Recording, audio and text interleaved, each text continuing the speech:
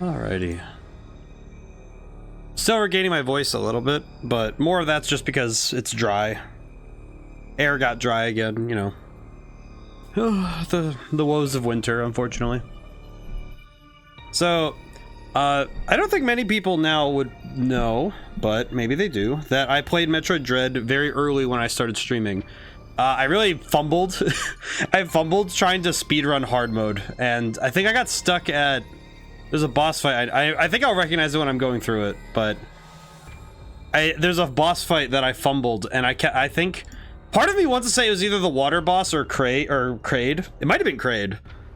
I don't remember. I remember that there's a boss fight where I fumbled for a very long period of time, and it was not fun to watch. Crooked got first today. How's it been? But yeah, I remember that stream kind of well, so this will be... I'm not doing hard mode, but let's see. We're gonna get rid of this one. Delete-o. We're gonna delete file 3 because we don't need it.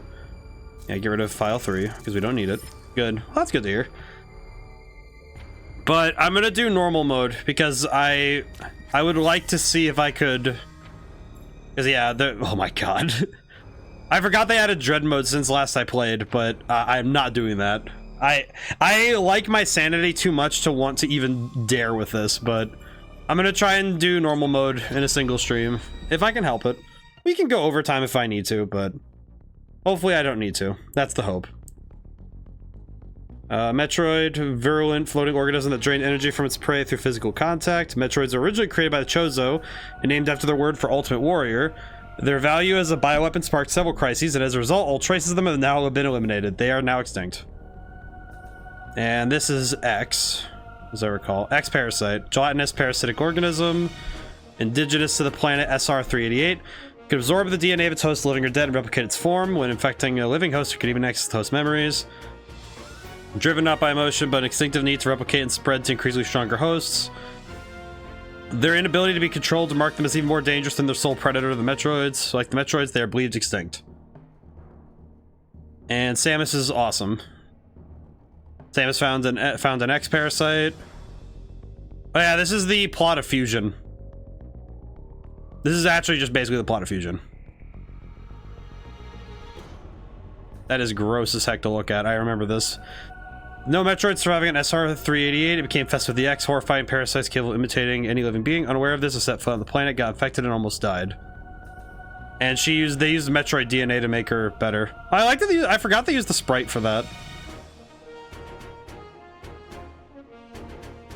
I haven't played Metroid.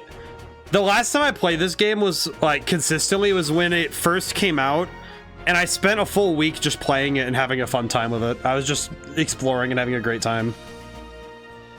Only that same as a vaccine created from Metroid DNA was left me uniquely able to oppose the X. Their ability was tested when I went to the BSL research station to investigate a distress call. And she had to fight everything, including a fake version of herself, which was weird. So that's basically Metroid Fusion. Battled many X forms, including the SAX, which was the X mimicking me in my power suit at full strength. Eventually eliminated the X Menace by setting the collision course with the planet. Yep. After that, the X and Metroids are just memories, or so we thought. Galactic Federation received a mysterious video transmission. And there's a thing. Hi, hey Julian, how's it going? How's it going today? Alright, so we have the story. Wait, it's a copy, but not Dark Samus? No. Weird. That's the weird thing with SAX is that it's actually... The SAX is basically just a X parasite that created a second Samus. Dark Samus was made from the... I think that one was made from... it's a different energy source, and it's not... I don't think it's even related to the Metroids or the X parasite, if I recall accurately. It was called ZDR. If the X had somehow escaped extinction, they would pose a threat to the entire galaxy. Sent 7 Emmy to investigate. And the Emmy, these things, are like the bane of my existence. I do not like them. An Emmy is a large research robot designed to capture field samples and extract their DNA. Some of the strongest stuff in the universe, practically guaranteed there, but all communication was lost. So we gotta go find out what happened. I will say I do have a backup in case I need the extra help. I own the amiibos for this game, so if I ever feel like I'm like if I'm ever in such a bad spot, I'm gonna go. They're on the shelf to my left. I'm gonna go grab them if I ever need them, but I shouldn't need them. I should not need them if my brain is working right.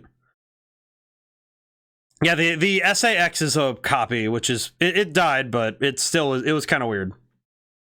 It was kind of bizarre, I'm not gonna lie. I will say the only other Metroid games I had played before playing Dread was I played the original Metroid through the various like demo means that Nintendo has given over the years, and I had played a little bit of Metroid Fusion, but I never got very far. I just played like the beginning. And I played Metroid Prime on the GameCube. I still have it. I played the beginning, and that's as far as I usually got. We'll soon be entering CTR's atmosphere. I do like this game a lot, though. It's very cool. The bounty for this mission does not seem appropriate. I think I also just have a... I think I also just have a fascination with characters like Samus, where they don't need to speak to show character, like their character, because it's their personality being exuded through action. That's really cool. 7, 6, 5, 4, 3, 2, 1. And ironically, it takes better writing to make a character this good without needing verbal components. Or at least much verbal components. Like the Doom guy, Samus. I would say that there are other characters that fit the same mold where they don't need to speak as much to really show.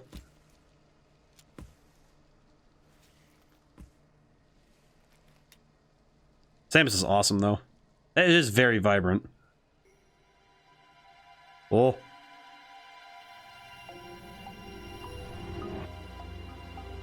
That elevator leads to the depths of an underground facility. Signal quality is likely to be low. Remote communication remains difficult. Try to connect to the facility's network when you reach the bottom. That way, you can remain in contact. Many objections waiting. It's very cool. Oh boy. I think this game also did, well, Rigor. She is fast. I forgot how fast she is. That hand movement was like, geez.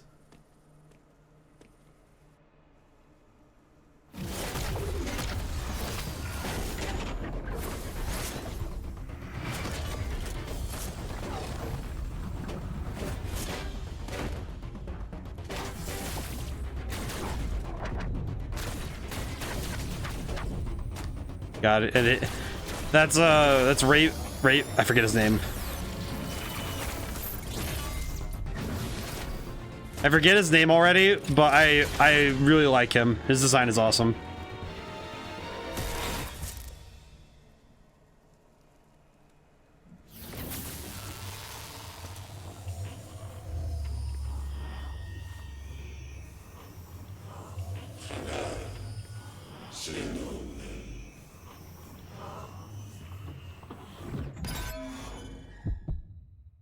Yeah, that's the spooky stuff.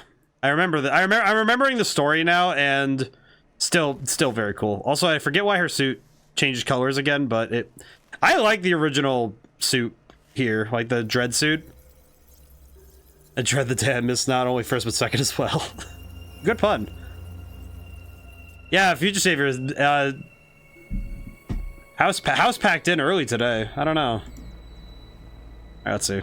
I know there's always something for going left, but you can't get it today, so we need to remember all my controls. I also figured that playing, oh, that's right, we can't charge up yet. We don't have charge shot.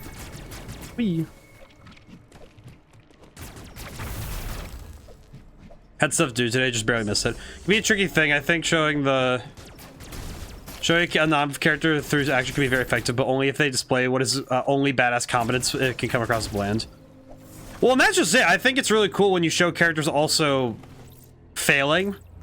Like we see Samus, we see it happen to Samus a fair bit in this game, where she is very clearly like she's very competent, clearly, but she also has failings, and I think that's shown pretty well in this game. I think because she does have to come back and learn from things, as well as like she's very skilled, clearly, but she's not without fault. And I think that's very cool. But it is true, you are right though, Crooked, because if a character only shows badass competence, it's kind of like, who cares? Well done, Samus. I have reviewed your vital signs and video log from the data you uploaded. This guy's robot voice is surprisingly calming to me. Account for why you lost consciousness. My readings indicate dramatic physical changes. But I think the toughest thing is trying to make a character who can come across as both being very skilled but having failings. Because I think it works both ways, where if your audience expects that a character who is badass can't fail unless the plot demands it, it's almost better when you show them failing at something else. Like, I'm trying to thinking about other cases where this happens. I think like a lot of Joestars from like Joe's Bizarre Adventure would fit into this, where they have failings, but they also very clearly have an understanding of that. I'm gonna drink some water. The attacker's identity is not yet clear. I have determined that you are somewhere within the depths of ZBR. Your top priority should be to return to your ship on the surface. This situation is...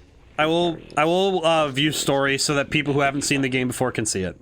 This planet appears to consist of multiple areas, shuttles, elevators, but I should also reread it so I can... Keep an eye out for ways to reach the surface. I should probably reread it also so that I can, you know, like remember controls and stuff. For yourself, you may encounter pockets of low temperature. Your Metroid DNA renders you vulnerable to such environments. Spending time in cold areas will be harmful to you. There are many such cold areas scattered underground. Do not enter them with your basic power suit. One final thing. Underground interferences prevent radio transmissions. I think also one of the things that can be a problem is if somebody presumes that their character is inherently... like, that their character should be inherently... it should come across as, like, they're already cool. Like, as in... oh. Where they feel, it's like they kind of feel like, oh, I don't need to do the work to prove my character's competence because I already, like, oh, we just need to do this, and it's like kind of like, okay, I have my inciting incident that proves how cool this character is, so I don't need more. But some characters need more than just one instance to prove themselves.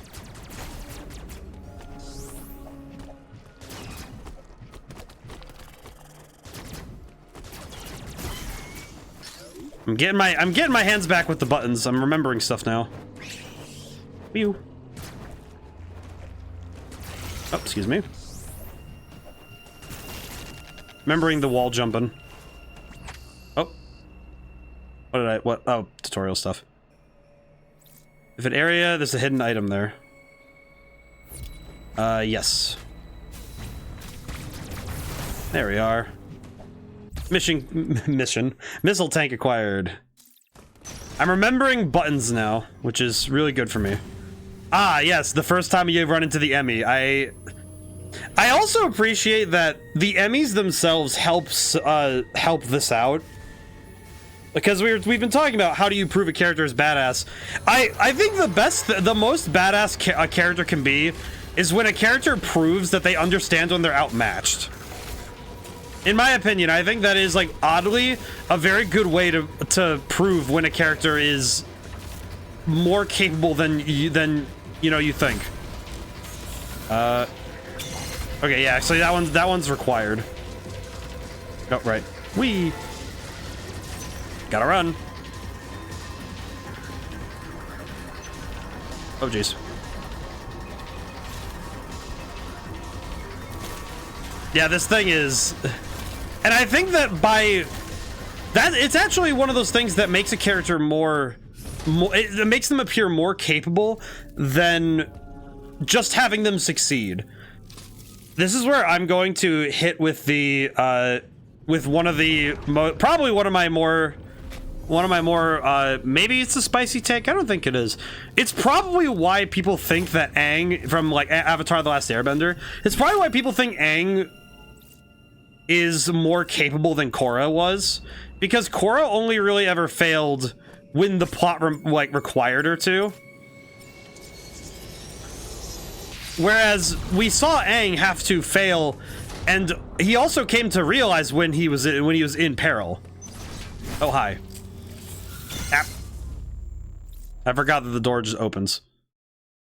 Probably should have just left that one alone, huh? Oops. Okay, that one was very stupid of me. I forgot. Okay. Bonk. Okay. I remember, I just remembered I have to shoot the door and... Hello. Yeah, this first one is very easy. However, I am remembering that the later ones require you to do a lot more planning.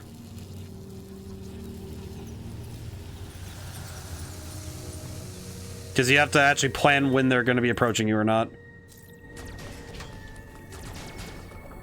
I forget what I have to do, but...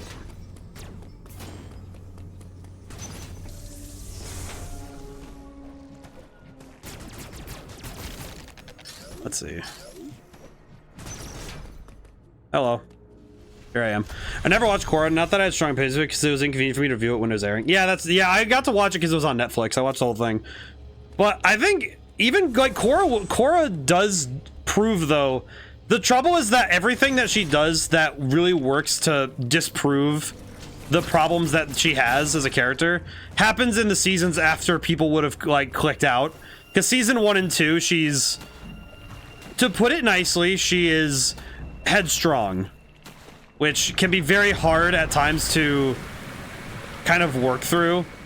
Because sometimes she would act in a specific way, and the trouble is that she only started doing what Aang did in seasons 3 and 4, where because season 1 she learned some lessons, season 2 she unlearns a bunch of things, seasons 3 and 4 it's her failing constantly and being better as a person for it.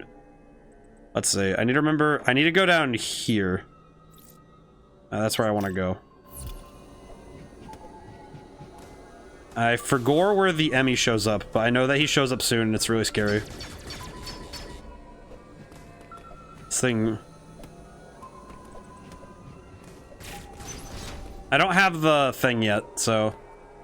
Yeah, there's the Emmy. Yeah, this is the one that I remember well, and I dislike this thing a lot. Just like... This thing is a pure horror movie villain, and it's just a robot. Yeah, it doesn't move. And this thing, it just crawls right after her. Like, oh my god, I hate this thing. Yeah, I am getting out of here. Oh, it's the speed that it crawls. It's just like, bro, I don't need that stress in my life. I'm out of here. Me out. Oh wait, no. Me up. Oh god. Up. Oh god. Oh wait, no, I have to go down. No, go down.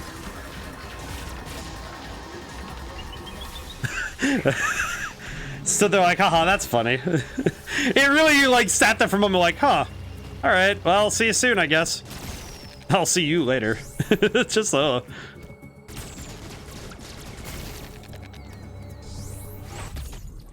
did I do? Oh, that's right, this is the Phantom Rush thing. I remember. Now, I remember that one. I remember those things. You need a certain upgrade for that. Whee. I haven't played in a while. I'm grateful that my muscle memory is coming back, but it's weird that I have muscle memory that's even this strong. Enemy you encountered were clearly trying to capture you. They may have been hacked.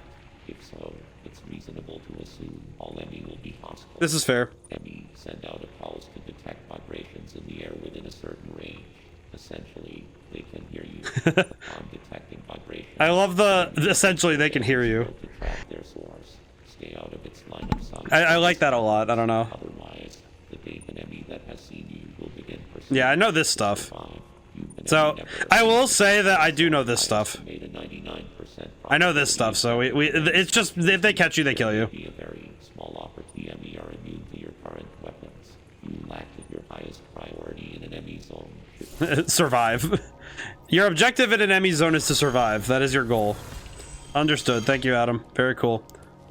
Up we go.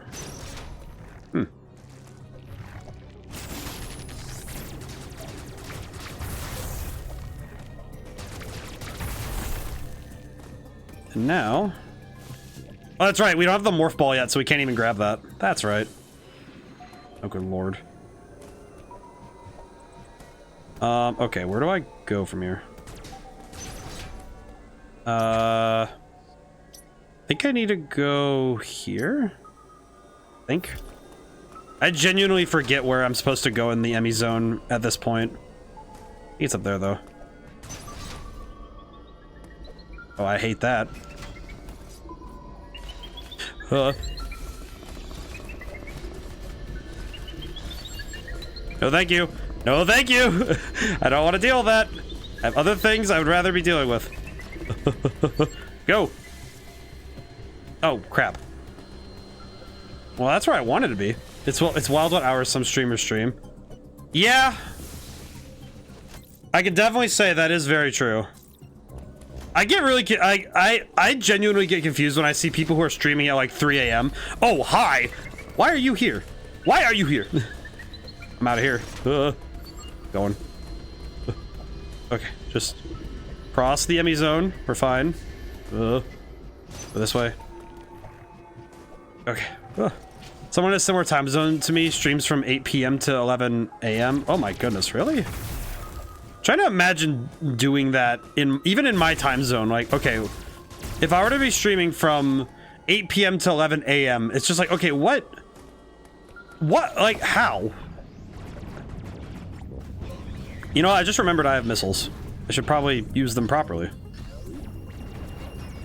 And this is one of those ones you can't, oh wait, no you can, but you can't get up there yet because we don't have the morph ball. She sleeps during the day. I guess that makes sense if it's your job. You know, if your job is streaming, then that makes sense if you're doing it nocturnally. Like, I would say, especially if she streams during what would be considered prime time hours, that makes sense, but it's also, holy crap. What a way to do it though. Right? Okay, well we're going down here. Okay, I'm trying to remember. I know that there are some of these parts I have to do underwater for a time. Yeah, because we can't go up there. Be a fun change page if next time they need Samus to like recover old upgrades, she just cuts out the work for the player by keeping backups, which she had to get because of how often this happens. Like she like has backups that get fired to her, basically. You know what I wouldn't mind, thinking about it now? I wouldn't mind it if it was more like, this is a weird one. How many of you guys have played the Batman Arkham games? Cloudy also has a night stream schedule. Yeah, Cloudy streams at night, and I'm quite used to Cloudy's streaming schedule because Cloudy's also nocturnal. That makes sense. Some people just are nocturnal. It makes sense to me. But how many of you guys have played the Batman Arkham, like the Arkham series of games?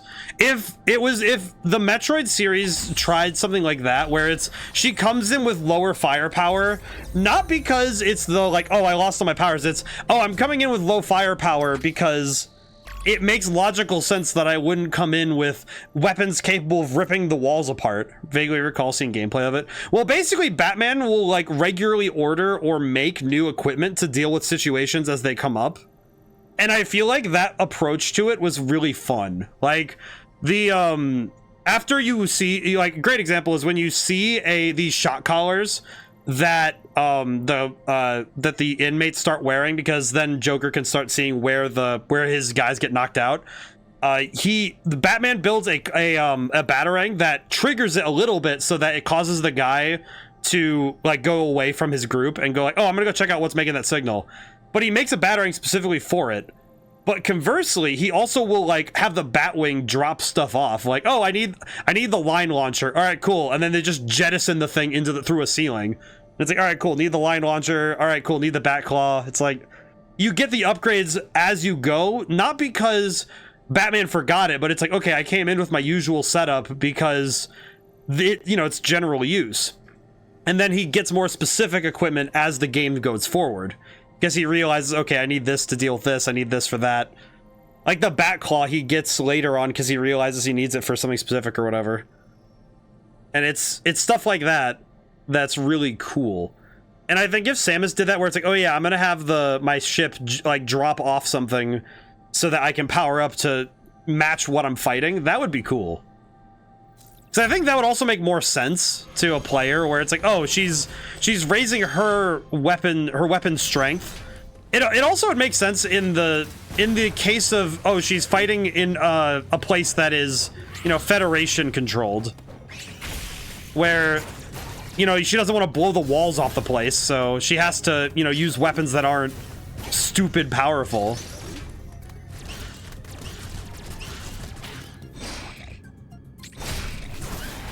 Because, it's like, if you bring what was it? There's the one gun that you get later in this game even, where it's like, oh yeah, if I fired a laser like this in a building, I imagine this would, rip the walls off the place.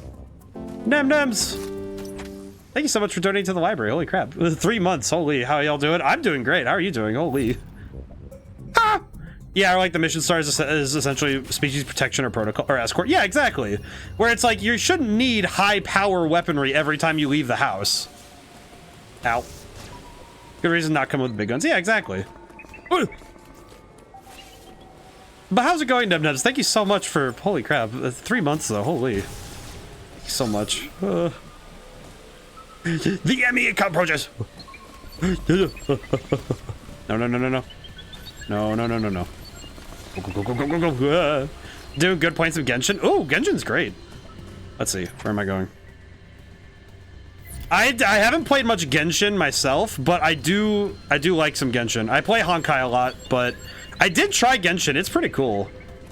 It is very interesting. What does this do?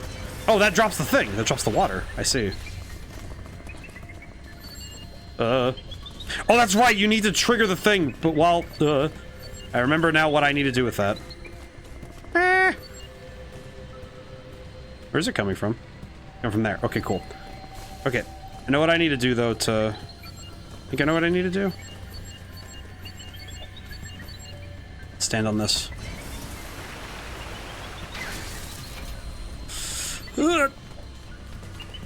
Okay. Down we go! Where am I? Ooh! No, thank you. Ah. Oh man, I forgot how nerve-wracking it is to get chased by that thing. Oh boy, that was fun. Alright, energy's already at maximum. Don't need to worry about that. Is this way again? Hello. Ah, not bad. And you too. Ooh. Oh, that's right. That room's too cold. We can't go in there. It's frozen. Missile door. Yeah, my friend got my friend Top get out the monkey backpack so I can run around. They'll slap stuff for me. That's very cool. It's I think Genshin does have it a little bit better where you can have friends come with you. I don't think they're I don't know if they're going to do a co-op mode one day for. Maybe they'll do a co-op mode one day for Honkai Star Rail, but that is something that Genshin has over it that we don't have yet, which is sad, but very cool. All right, and we have the charge beam now, which I think means we're gonna deal with Corpius soon. Oh, hi.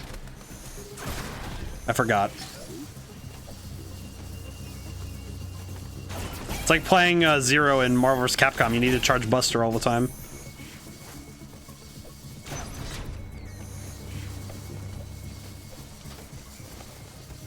E.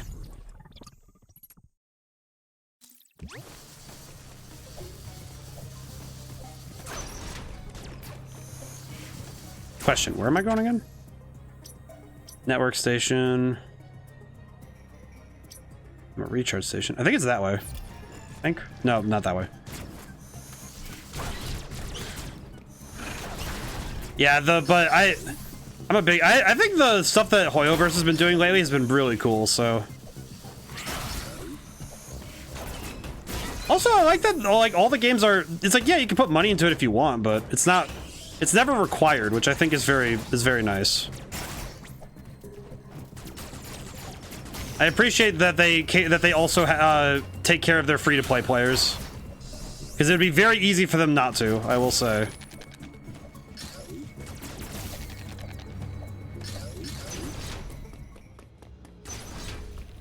Excuse me.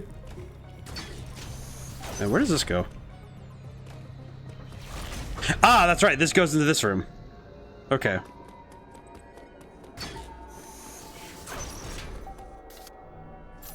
Then them and sort of take all my money, to be honest. Yeah, that makes sense. Okay, that's right. Because now we have the charge beam. I can open up the door that is required for the... Oh, I... Forget where to go. I'm gonna leave really quick and come back. Let me think. I need to think. Also, just announced a new character. Oh, sick! Wait. All right, wait. What kind of character is it? I have not been keeping up as well as I should. Okay, this door is closed because of thermal stuff. I recall. Ah! Okay, we'll just have to go up and around. Where is he going? Oh god, bless America. Oh, hi. Crap. Ugh. I really don't want to be here. Okay, question. Legitimate question. Where am I going? Don't know where I'm going. This is one of those bits where, because I don't remember this map well enough, I don't know where I'm... Yeah, I actually have no idea where I'm going. Crap. Ugh. Okay, I just go around. This is fine. Okay, wait. All right, let me legitimately look and plan, because I am definitely not planning well enough to get where I need to go. Where do I need to be right now? I need to be up here and go... Where do I need to get to? Because the guy's right here. She's a minor girl. Okay, that sounds pretty cool. That's a... I wonder how that's gonna look. Thinking about it now. Okay, so I think access closed. Where do I need to get to? I need to read, because now I'm actually getting confused. I got myself confused, because I know I need to come through this door. Also, Hyperpix in the Discord. Alright, very cool. I would like to see the character. Okay, I need to go back the way I came, I think. Okay, go back. Excuse me. Thank you.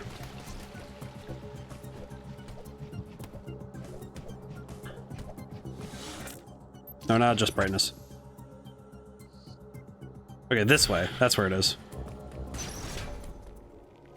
Oh wait, what's up here?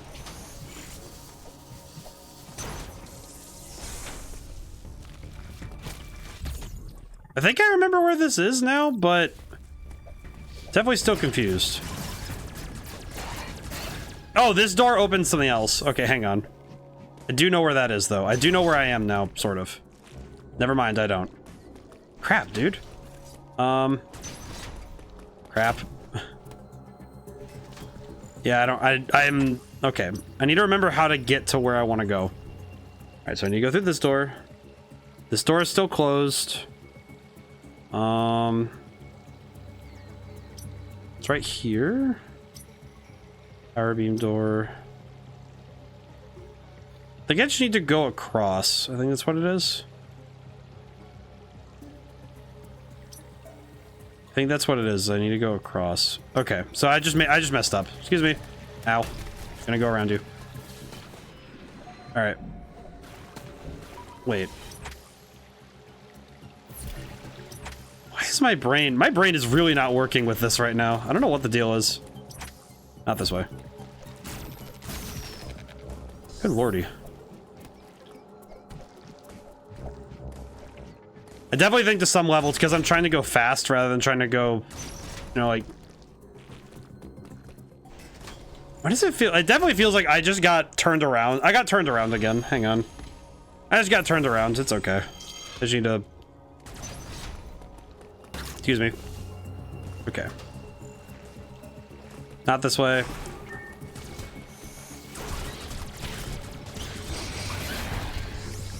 Okay. Wait. How do I...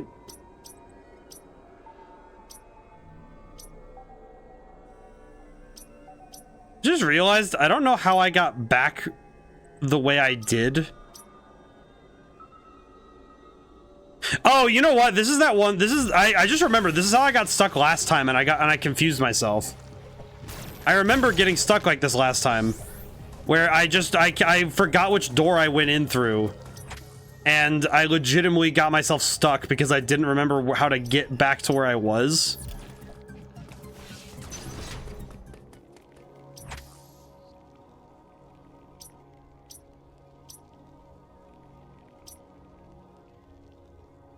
Yeah, because now I'm remembering, I don't actually know how to get back. Can I get back? So I'm looking at this and I'm kind of realizing I don't think I what did I do wrong? What did I feel like I went through a door I shouldn't have, and now I'm just like actually stuck. I think I did the thing on accident and I don't know what I did wrong. Because I can't go through here because I don't have, I can't zoom. What did I do? So I got those cutscenes to trigger, so I knew I was going the right way. So how did I bork this up? I think it's just because I went the wrong way. Oh crap. Yeah, because I wasn't supposed to. I don't think I was supposed to go back, and I think I screwed something up. Because I'm looking at this and I don't actually know how I'm supposed to... Which door is it? So now I'm looking at this and I'm thinking, how did I do this? I'm kind of worried I screwed something up. Because yeah, I can't... Ow.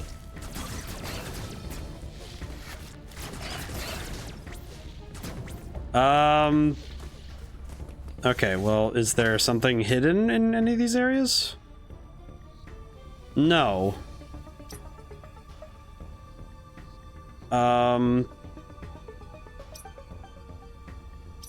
Okay, maybe I'm just not seeing it. Where? I think I screwed up. Why does it feel like I just soft locked myself? So I'm looking at this, it's like, okay, well, I can't go through this door. Because it won't let me through here. And I can't go through this door because it doesn't go here.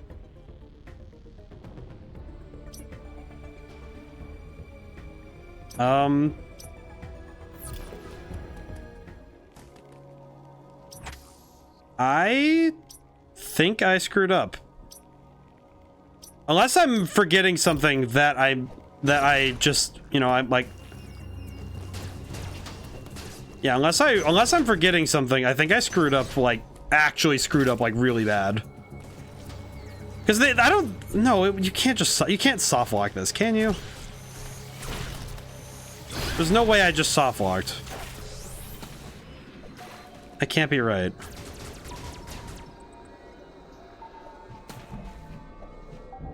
But I can't go any way here. Why is this...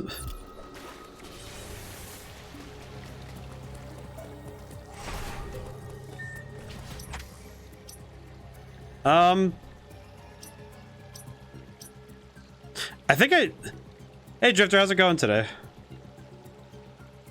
I think I accidentally soft locked. Like I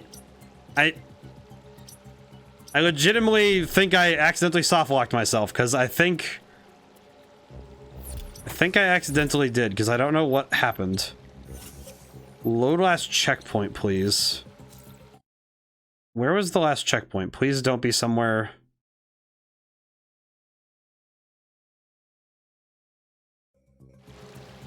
Okay, where does this put me? Crap. Any invisible bomb walls or something? I don't have bombs yet, so... This is the last checkpoint, huh? Uh-oh. Yeah, because I can't go this way, because I don't have the morph ball, and I don't have the... I can't slide. I can't go this way, because this door's locked, and this way I can't go, because this is borked.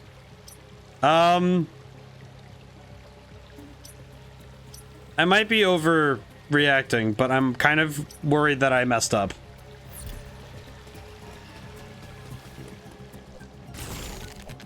I think I did mess up.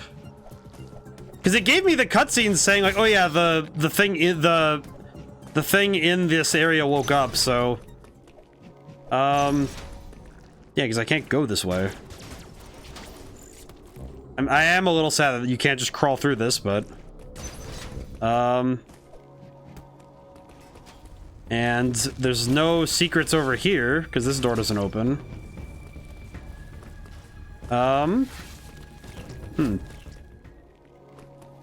Nothing over here, huh? Nope. Shit. How did I screw that up? It was just like I got turned around and now it's just okay, but why would they okay, okay. There's gotta be a way to get through this. There's no oh god. I haven't played this game in a while and now I'm just thinking, what did I do wrong? Because I'm trying to remember, did this happen last time too? Or am I just a... God damn it. I feel a little bit like an idiot for... Oh no. Oh no. I might need to reset. Because I don't... I feel like this is one of those ones where I don't really know why it works like this, where... Why does it allow me to go back through here? Crap. I might need to restart. Okay, what about last save point? Maybe last save point? Because I don't think I saved in a spot where I would have been in a bad position, I don't think. I don't recall. Unless I saved when I came outside, which I might have done. I kind of forget.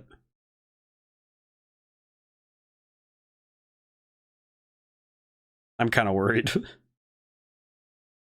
I feel like this is one of those things where I kind of forget.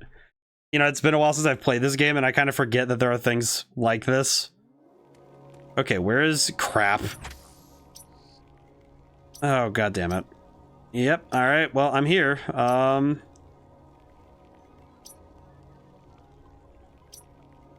gonna look this up really quick and just double check really quick after I look at what Nem sent so I can feel better about myself mentally.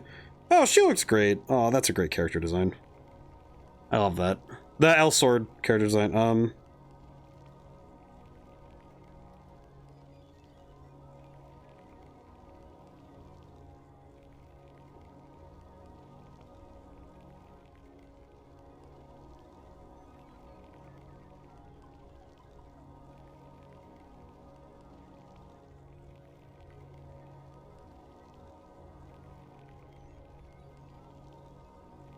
Okay, no, I'm just missing something.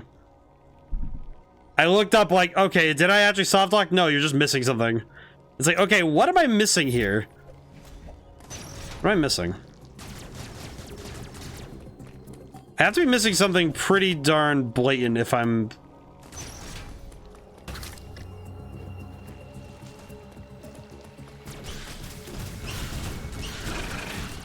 Ow, I'm definitely just, I think I'm just, my brain is just not with it, because now I'm like, okay, well...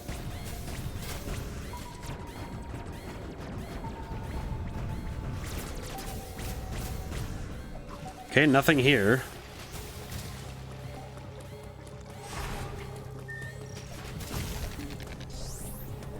Okay. Like how it's just like, oh, you're not soft locked, idiot. It's like, okay, well, how do I move then? I think it is something over here, though. Wait, no. I think it's one of these walls. Yep, it's this one. Yep. Oh, you know what? I just remembered. This is the one that I got pissed at. I'm remembering it now. This is the one that I got really mad about when I was like, when I played the first time. Because I really hated that it does that. This doesn't make any sense. It's like, I can't tell that wall's not I can't tell that wall's breakable. How does that work? Alright, well, at least we're here now. We're good. I'm remembering now that that's exactly what happened, and I dislike that area. I dislike that wall, it's like, how is it breakable? I think that's what it was that because I don't fire my gun everywhere like a fool. So I didn't realize that you could rip the wall apart. Okay, well, alright, well, we got progress, so that I will just take what I can get. Excuse me. I have things I need to do. I feel like an idiot now. I want to make up for what I've done.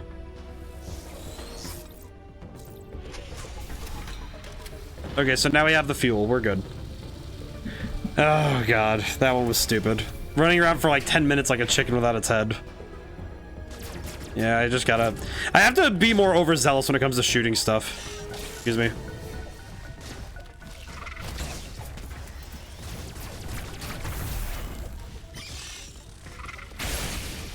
I'm just gonna go. Okay, now that we have these open, those doors now open. Oh, right, I have to talk to Adam. Hi. Uploading data. I forgot now. I forgot that that's how it works, so I just have to shoot more. Of your assailant in the Federation database. However, there are records of a chosen warrior tribe. There is a strong possibility the two are connected. Okay. You have seen the warrior tribe's architecture and artifacts on this planet. I conclude that this was one of their settlements. But why would someone leave? I think this was. I think what it is in my head is that I have to remember that this game will.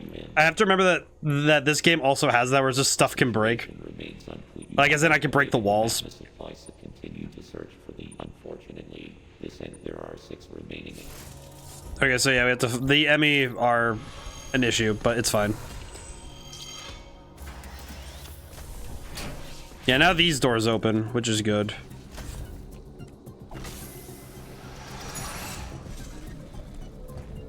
Wee woo. Okay, now we are good, because now we can go through the thermal doors, which should let us go... they'd go this way. That's right. Oh god, let me out. I don't want to be here anymore.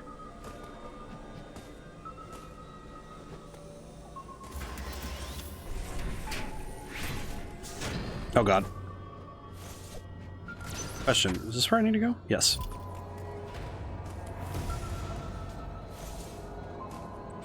Not this way. Okay.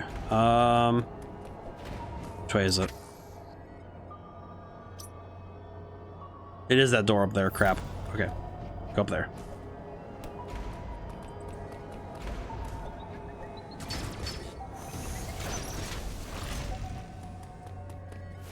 Hey, okay, I'm making fast progress now. Now that my brain is working properly. now that I've actually remembered how this game works, I can finally keep moving.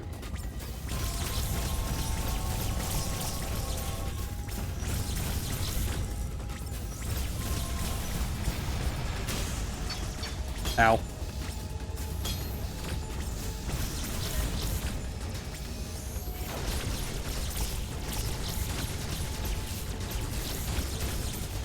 Wonder how it develops one eye in the middle. It's just a giant brain.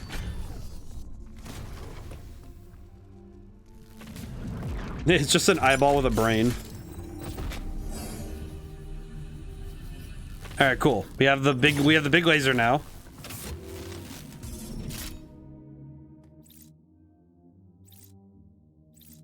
Make a stream online.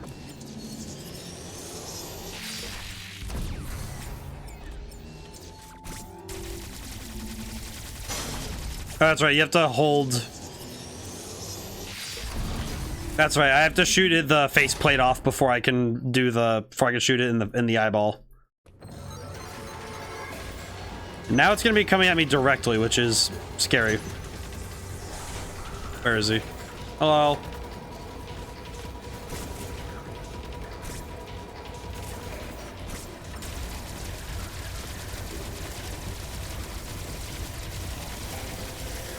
That's to be kind of close.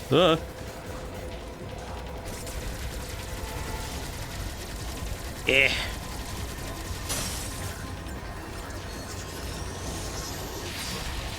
Got him. Holy crap. Yeah, the Emmys scare the crap out of me. These things are scary. I do not appreciate how much these things scare the crap out of me, but...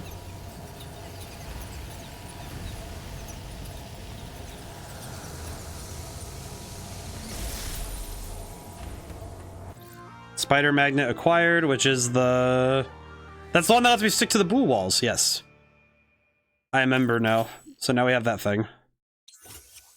Tilt in certain walls to grab on, can move up them and around them. So now we have walls. And we have this whole area to explore. Ew.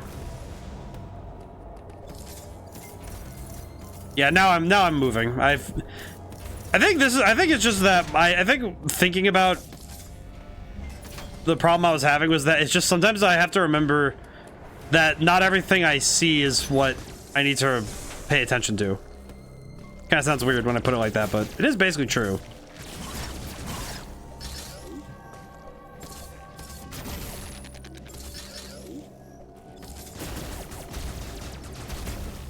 Missile tank. Very cool. And then I pull this down through the door. This way.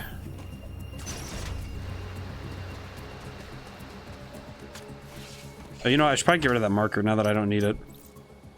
There we go.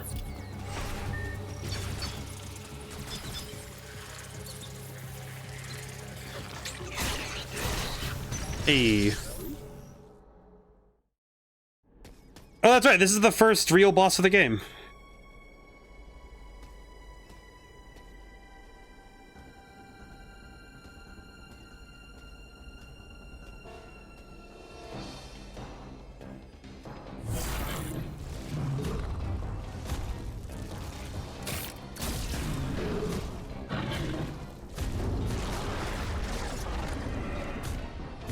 Alrighty, time for first boss fight. Here we go. Oh, I should have stayed closer.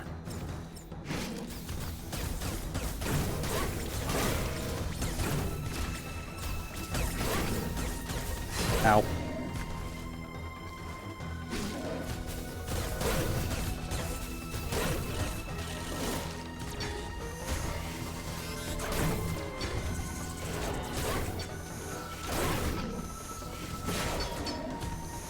All right.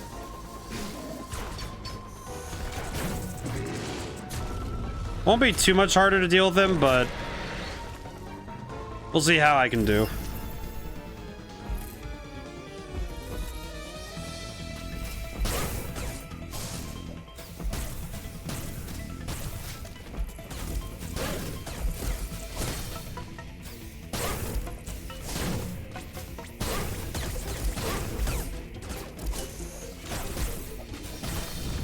There we go. Got his tail. I like this enemy design. He's really weird looking, to be honest.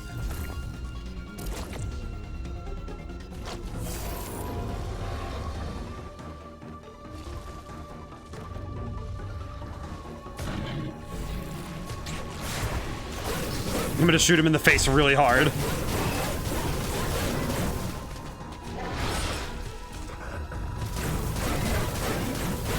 Well, there's just so many free shots to the face because you parry him.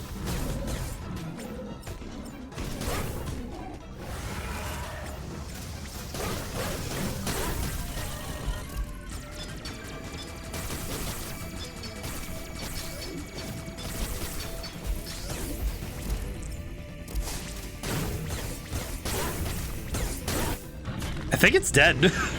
Oh, it is dead. Oops.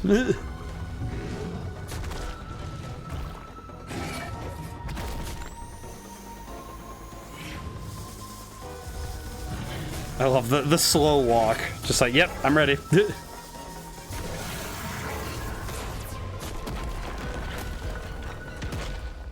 Absolute badass. See, that's where it is, where it's like, yeah, this is just badassery.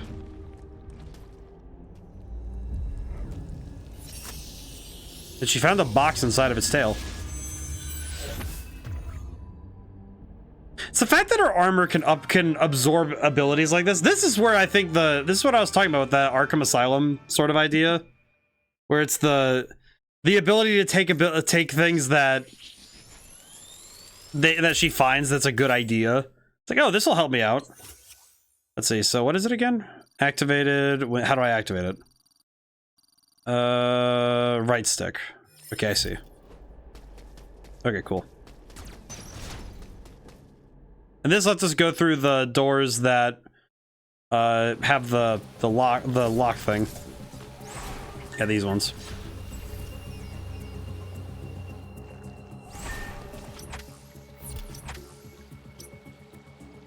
I don't know what else is up there actually, which I forget what's up there, but I'm gonna go grab it.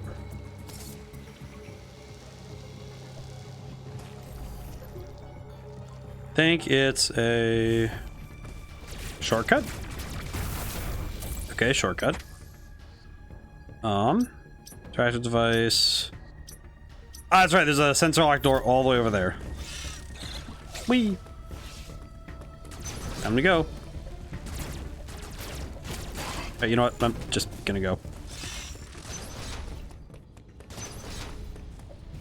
Oops. Right. I have to remember that. It's like, oh yeah, right.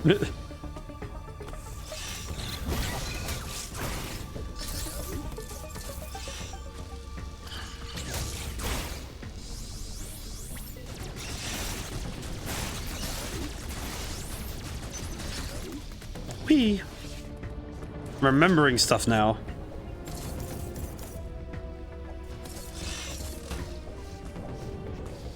Activate this doohickey, which takes us to Kataris. I still don't know why the areas are named the way they are, but it's pretty cool. Also, these elevator scenes having different scenes based on your armor status is really cool. That, like later, if we have to ride an elevator and we're in the other suits, it's pretty sick. I do like this a lot. Also, we're nearing the hour mark. How's everyone's weekend? Is everyone doing well? I spent the weekend kind of trying to chill out. I was working on trying to just focus on being, like, trying to achieve Zen in a way. But I did also miss we were gonna do that watch party and I missed it. I missed it this time, and I feel like a goober for even missing it, but also my brain was just not with it. I feel very silly for. I just completely whiffed. That's right, this place is on fire.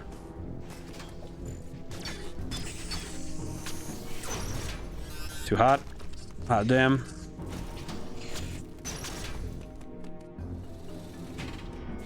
And there's nothing else I can really do in Kataris, if I recall. But this weekend was good. I got to rest up, and I also got to I did some work myself, like some side stuff. You know, like I had to apply for some jobs. I do need to apply for some new jobs and stuff. Hoping for some remote part-time work, that would be nice, but... well... beggars can't be choosers, so I'll just take what I can get. We'll see what happens. But how's everyone's else weekend? How's everyone's weekend? I think this was a good weekend to sit. Good weekend to sit, hang out. Okay, if I'm remembering correctly... oh, not that. Global map. Because what we found in Kataris was... yeah, we can't... it's just lava, so we can't do anything there anyway. There are some spots I missed in terms of scanning. Yeah, there's a couple places I missed anyway, so...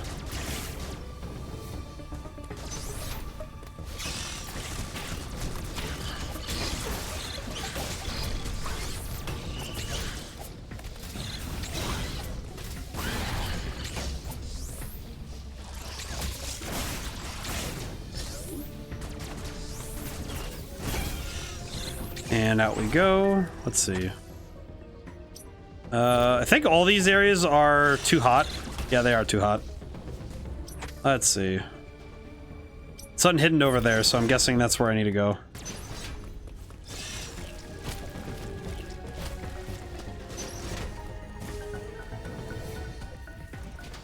I had to guess it's probably... Ah, I see.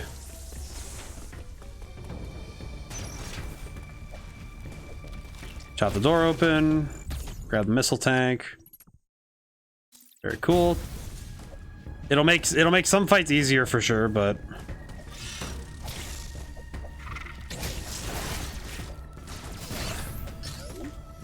Let's see, where do I need to go next? I feel like figuring out where to go next is probably one of the harder parts in my brain. What am I missing? I think I need to go through the Emmy room the Emmy zone one more time.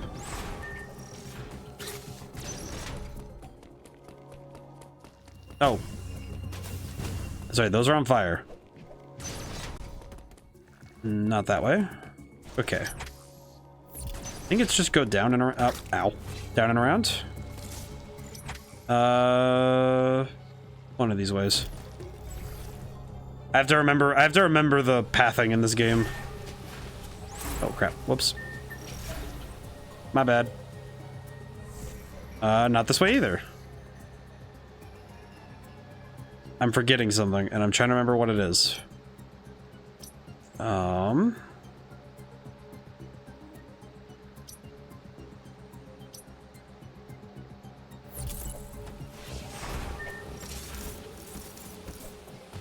Okay, come back through here. Maybe going through here again will jog my memory.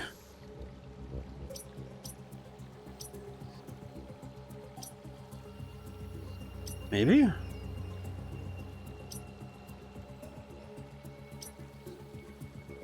You know what? No, it probably was just go to the Atraxis.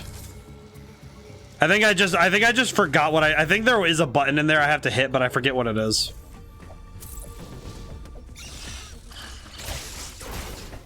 Okay.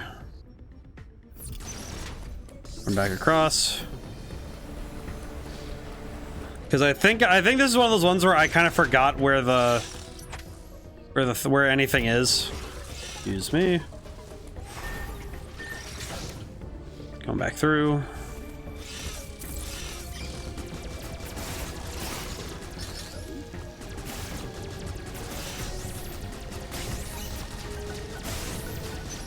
Yeah, I think this is one of those ones where I just forgot where I'm supposed to go.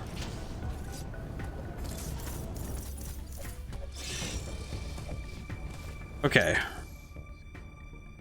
I'm pretty sure it's just a door I missed in Kataris that I just didn't see.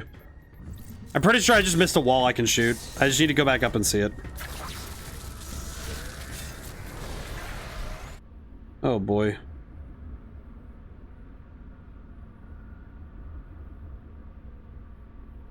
Oh boy. Brain is really doing its best right now. I apologize. Really doing my best here.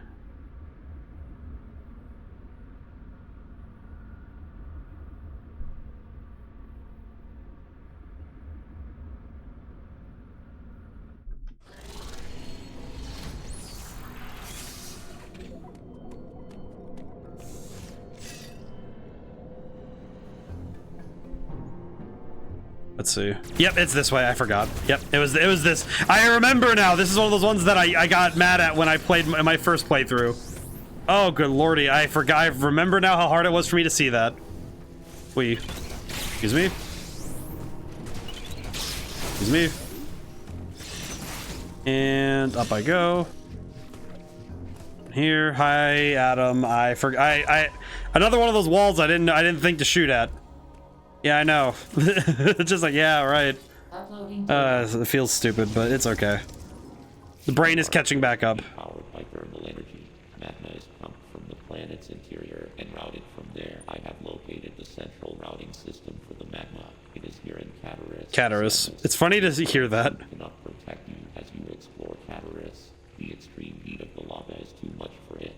Under no circumstances should you enter high temperature areas. I know the shuttle somewhere above here. Use it to find a path forward. There is one other thing to discuss. What is the name of that talking sphere? It's Adam, so it's an AI. I think it's from Fusion. I think it was an AI that was on the ship that she took when she was escaping from where the X parasite was.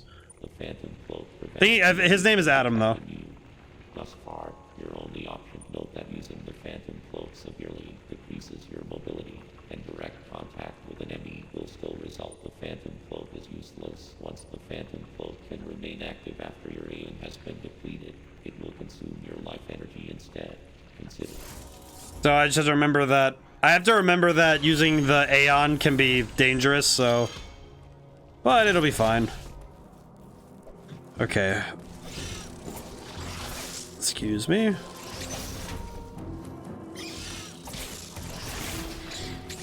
Okay, this is a shortcut that this is a thing I can open later, so I'll come back. Excuse me. Ow. My face. I shoot this? No. Thermal door, though. But yeah, his name is Adam. He's, kind of weird. He's nice, though. He's the ship AI from... He's the ship AI, so... Okay, so this is... Well, I now have this loop open. Don't know what it does for me, but I have it.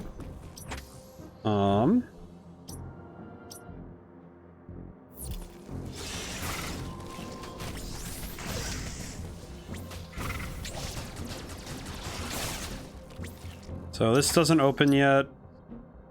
That doesn't open. Okay, so I need to go back that way. Excuse me. Wait, which way is that way? Oh, I have to go up another level. Oops.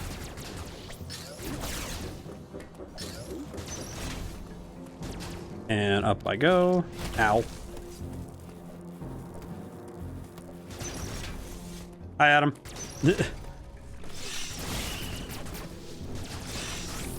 Awesome. Thing up there. Let's see. Where do I need to go then? And how do I move forward in Kataris? Interactive. Oh. I think I'm an idiot. Hang on. I think I just ran by my objective. Hang on. Might be another ODaM is going too fast for his own good. Excuse me. Excuse me. Excuse me. Yeah, I think this is it. Yep, I'm just a fool. Hang on. I need to stop going so fast. I think this game, my problem is that I like going really fast when I'm running around. So I think my problem is that I inadvertently cause myself issues when I start zooming everywhere and I... Excuse me?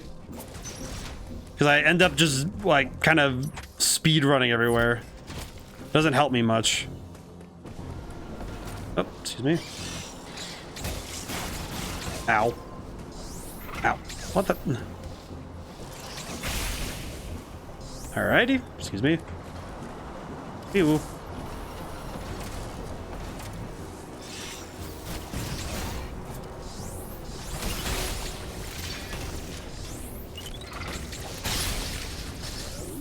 I will take it.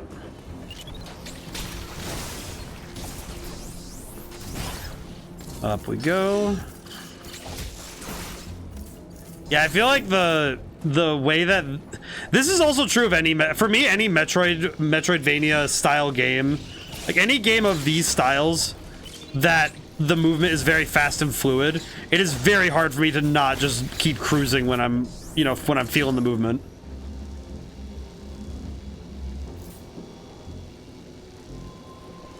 But I think that's true for me of any good movement. If there's great movement in a game, I will absolutely forego normalcy and safety for just zooming around. Right? I have to remember these walls are walls that work that way. Well.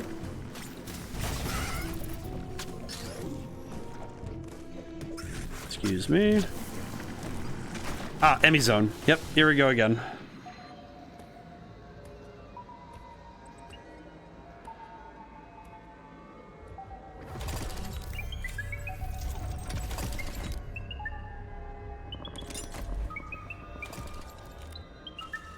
Yeah, the Phantom Cloak is going to be very helpful for this one, because the green one is very fast. He can also go into the smaller areas, like he can go through the small ports, so, Yeah, he's a spooker for me. Let's see. Need to remember where I'm going.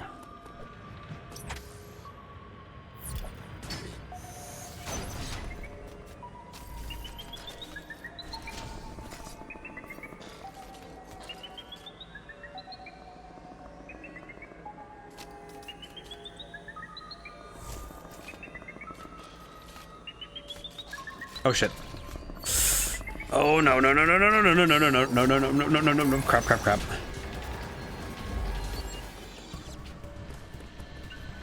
You know, I'm gonna wait outside for a few seconds. I'll come back. Okay. It doesn't move, it won't move him very much, but it'll give me the chance to let him quietly pass me by. Oh, hi. Rather not do this right now. Really? What did he do? What? Why is he just messing with me at this point? Come on. Come on, Emmy. We're more mature than that. It's robot, I swear. Oh no. Come on, dude. I'll go forward. Oh, to hell with this. I'm going forward, whether you like me to let me or not. I do not care anymore. I'm going forward.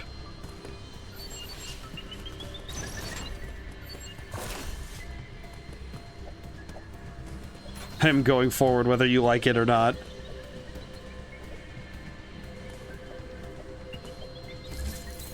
Okay. Turn invisible and just wait. I can wait him out.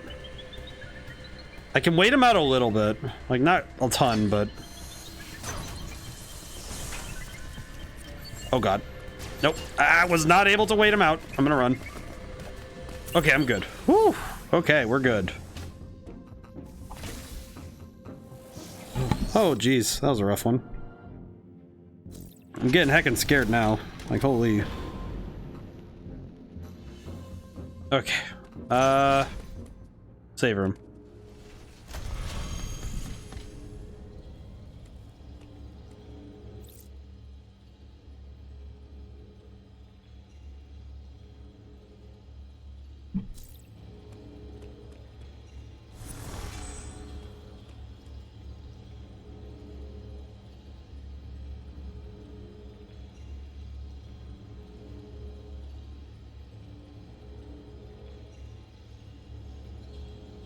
Okay. Had to take a moment. Okay, let's just go. Whee. Oh, wait, you know, I should have refilled on energy. I'll refill really quick. Oh boy.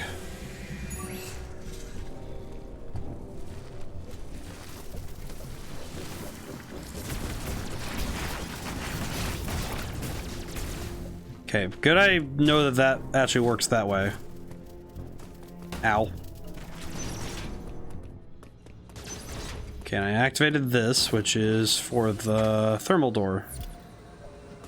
Not this one, but the other ones. Should be here? Yep, here we go. There we go. Yep, that actually helps out a lot. Ow.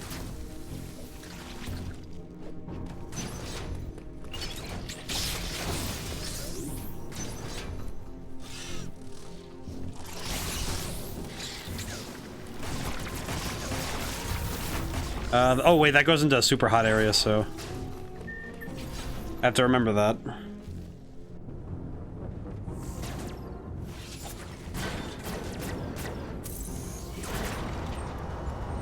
Okay, so that turns on the elevators.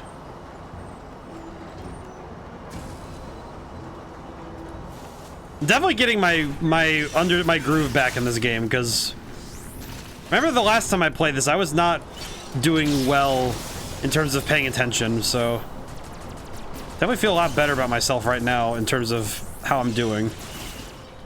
Up we go.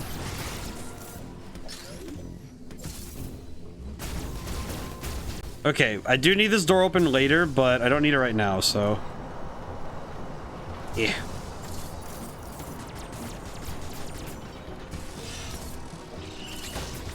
Oh god. Buzz off bird. Oh, what's up here? What is this? Oh wait, that door. Oh, that's a one-way door. I should probably open that up really quick. Hang on. There we go. And now this is open, and now I can come back from here. And that's really helpful. Okay, now I can redirect the thermal flow again. There's a lot of instances in this game where you're activating stuff to redirect energy, and it's surprising how often it comes up. It is a little bit surprising how often it comes up that you have to redirect energy from X to Y to Z. But it still works really well in the confines of, okay, yeah, I understand my objective, just moving energy. Out we go. Okay, now I have both of these going to the Emmy zone, which is, I recall, means, if I'm not mistaken, I think that means that, let's see, this door is open.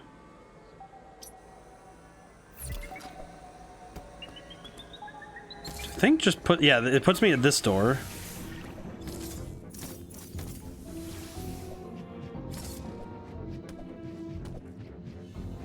Yeah, these are not moving yet though, so I do need to worry about that at some point. Okay, what do I need to think about when I'm going forward here?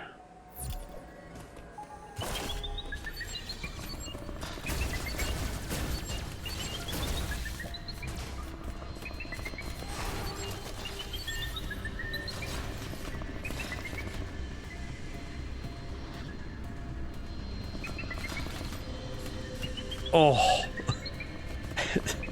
It scares the crap out of me every time when I watch this thing just go zooming by.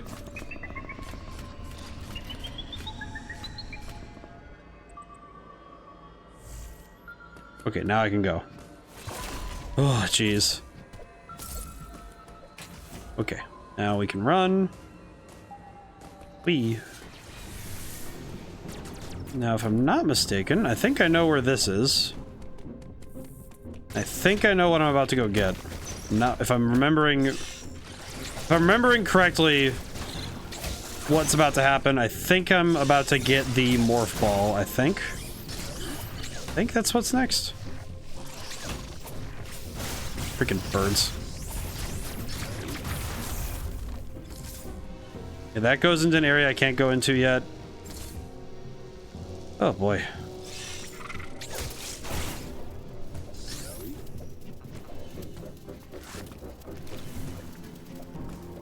Way. Alrighty. Feeling better about my odds now. We'll say. Oh man, I think that it's interesting because of all the Nintendo franchises, I think Metroid's the one that feels like it's not getting enough attention. So Metroid's got some really cool stuff going on, but I think it also requires a certain amount of. I think it's one of those ones that feels a little bit like it requires a bit of like outside interest in science fiction. You are not capable of destroying their armor plating. You are faced with overrust. Study each enemy carefully and use the Phantom Cloak to advance. There are risks even here. The Phantom Cloak reduces your mobility and consumes more AN when you move or shoot. It is still your best chance at survival. Alrighty. Do not hesitate to destroy an enemy. Whenever you discover more, you need energy. These existential threats cannot be sanctioned. I feel like that phrasing is pretty good for how this is working. Existential threats cannot be sanctioned.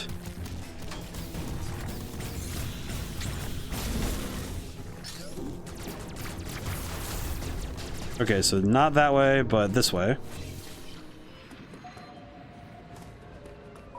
Not that way. This way? Yes. Hi. Where does this go? I forget what this is, but it's a Chozo room, so I'll take it. I think it's the map room. Yeah, it's the map room. I'm remembering. I'm definitely having a bit better of an idea as to... Yeah. Definitely having a bit better of an idea as to how to actually move forward this time around. Come to think of it, now I don't know why it just came to mind that the Arkham series of Batman games are essentially very well, they are basically just Metroidvanias that have very well hidden their Metroidvania status. Which feels like a weird thing to say, but that basically is what the Batman Arkham games kind of are. Like, not like it's like that's all it is, but because that is a little reductive to what the games are, but a lot of their mechanics do pull from the same places, which is not at all a bad thing. Ow, ow, ow. Man, being on fire hurts. Should probably not do that.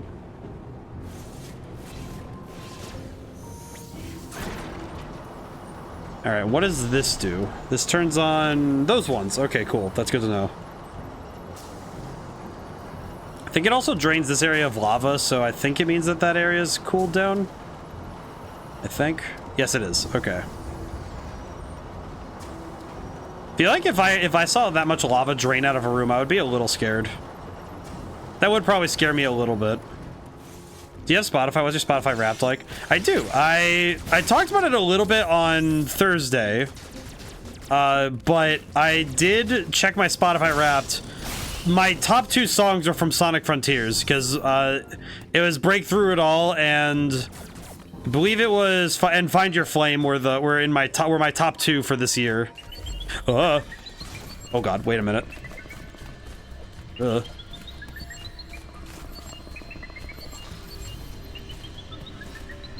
away, run away, run away. Very cool. Thank you, game. Where am I going exactly? Precisely where am I going? It's just in there. Where do I need to get to?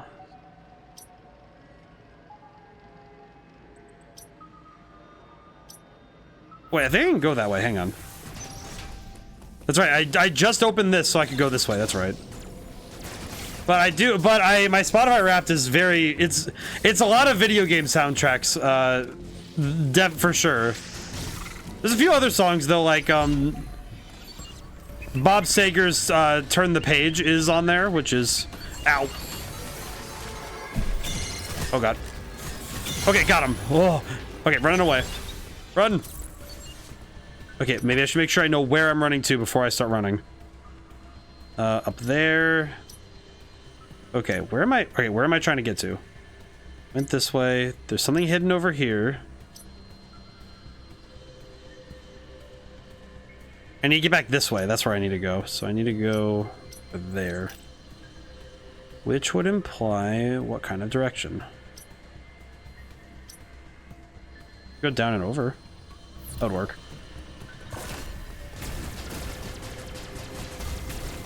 But my Spotify is very weird because it's just because I don't choose based on band or like, you know, I choose music based on like, you know, what music I like, because if I hear a good song I listen to it.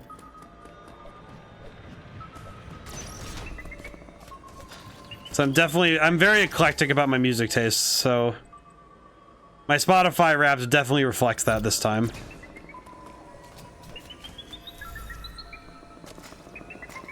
Alright, which way is he going?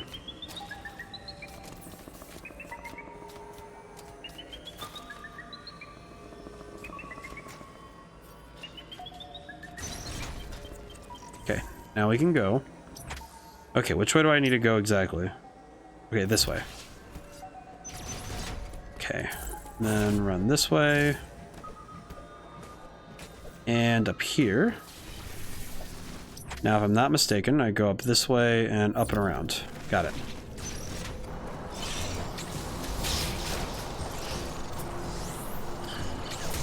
My #1 artist is Taylor Swift. Nothing wrong with that.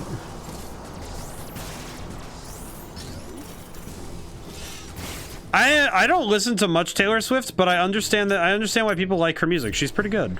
Got some good stuff. I think that's the door I need to go into. It is the door I need to go into. Oops. Okay, go back that way.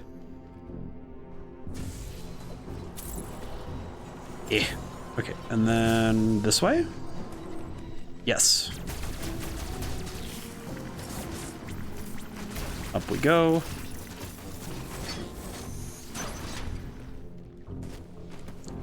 I do find it interesting. I wonder, I've been curious to the perspective of somebody who listens to a single band regardless of, you know, like, even if, like, it's like, when people listen to only, like, one band, I wonder how their music how their music tastes are formed.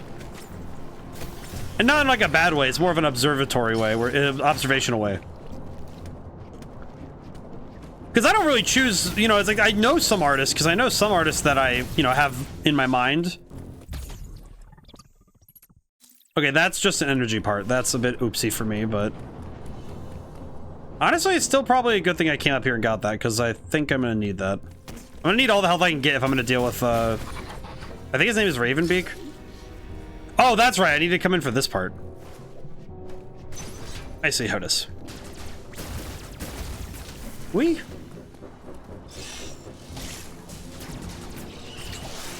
But I have never been like a soul artist kind of listener. Because I've very much listened to a lot of different things. I think video game soundtracks really do help with that, where because a lot of video game soundtracks are never one genre. And even the ones that are one genre, if you listen to video game music a lot, you end up inadvertently finding a lot of genres. Like, if you play fighting games, you probably have a good, like, good mix of genre, because some fighting games do the techno side, and some do the... a lot of them do the rock and metal vibe. I think Guilty Gear's got some of the cleanest guitar parts I've ever seen. It's holy crap. I've been listening to Ride the Fire since there was Lythero did a video. There's a YouTuber named Lythero, like Twitch streamer and YouTuber, and he did a video, and there's this one part where Ride the Fire comes on, and I was like, wait, I need to find this song actually. Wait, what is that? Because that song is... whew. As somebody said once, who was in that studio? Because holy crap.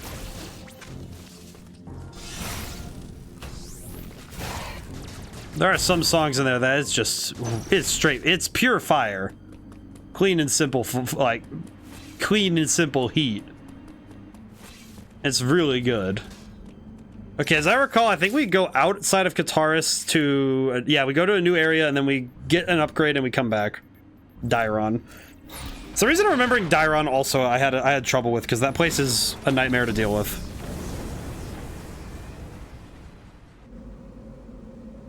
Probably could double check what my Spotify stuff looked like while I'm thinking about it, because I can pop it open really quick. I can pop it open and not have it play. Spotify.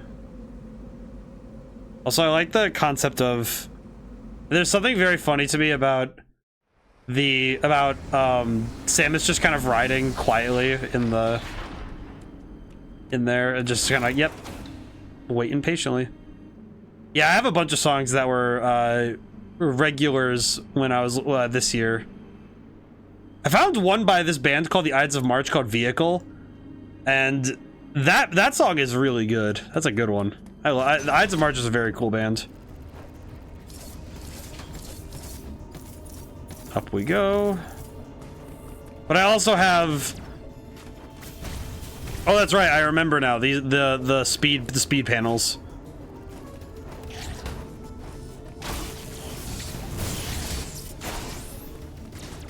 Forget how to open the doors here.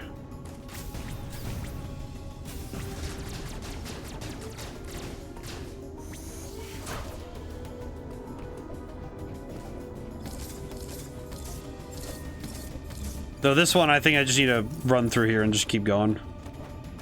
Whee! Okay. Just gonna cruise a little bit. Nope, nothing here. Yeah, but my Spotify, I saw it and it was... I know one of the ones I also really liked listening to this year was Bob Sager's Turn the Page. I like that one a lot. That's a great song. It's my usual pre-stream go-to song. Well, I also been listening to the Persona 5 Royal soundtrack again. Persona 5's music is just killer. That's some good stuff. Now, I do wonder what society has a research station that has laser buzzsaws on the floor that can be fired out like this.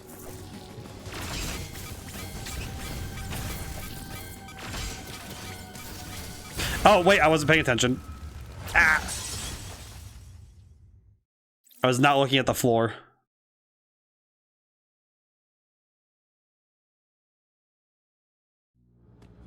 Crap. Oh well.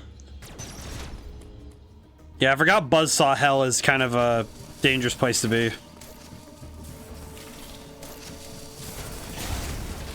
Excuse me.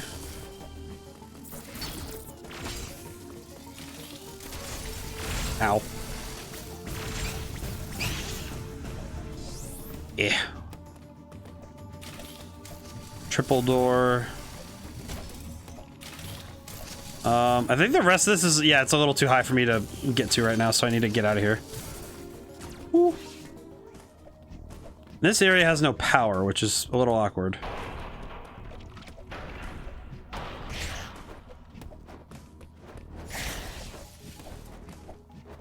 Forget what's in this place that is such a problem, but this place is very... I also love how this place with how dark it is. I like that the only lights are really Samus's, you know, like armor lights. Looks really cool. And I love this game a lot. As much as any frustrations may crop up, like, it feels much like how I feel about Tunic, where even if there is a frustration or two that crop up, my brain still says this is still something I love. And it's very hard for me to ever take that out. Alright, floor. Alright, let's turn this bad boy back on.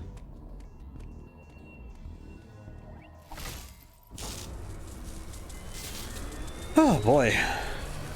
Feels good to revisit this game though. I remember I was very much on a bend playing this game the last time I played it. I was very excited about it because I think it still has a lot of the best platforming that I've seen in a game in a while now.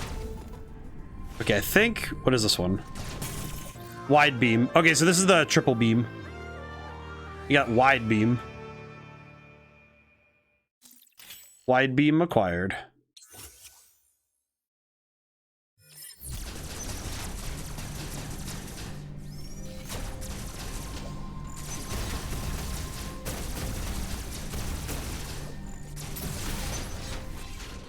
Now I can open those triple doors. Ow.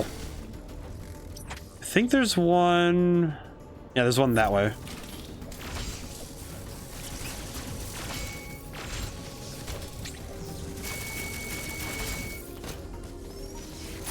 Thank you.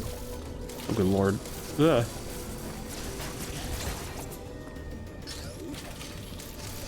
I am still trying to figure out where all these laser beams go. Rampart, mechanically this game is stunning. I think so too, Rampart. I think so too. Also, how's it going? It's nice to meet you. I think also it's again, this game brings together all the stuff that I really like in video games just overall, where it brings together both fantastic looks, because I think the games look great. Out we go. Oh come on, I didn't charge it all the way. Let me out of here. Let me out. Yeah, remember, you can't beat this thing in a foot race. Oh, that's right, speed doors. That's right. This area is full of long horizontal stretches, which is really not great for my mental health. But this whole game is kind of filled with stuff like that, where it's great. It has a lot of great learning moments, both mechanically and... I think it has great learning moments for everything in general, actually. Just because there are things in the story that I think you can learn from, and there are things in... Okay, we're gonna be back here, so I'll come back. Because now I have the triple beam, and now I can leave.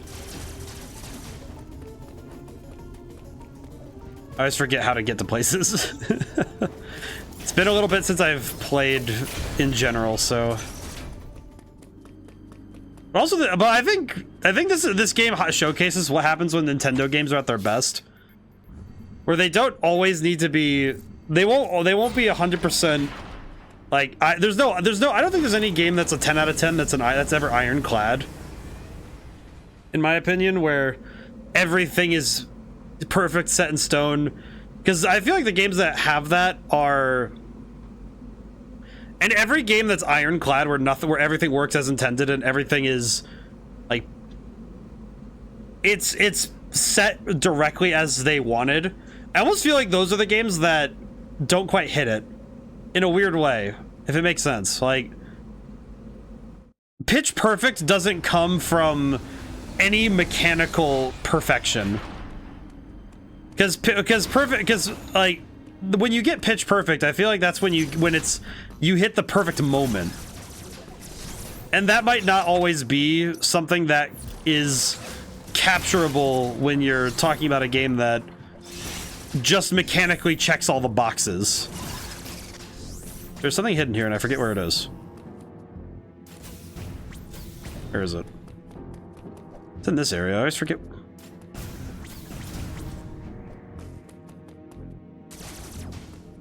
Brain, work with me here. What am I looking for?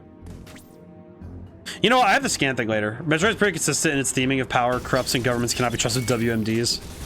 True.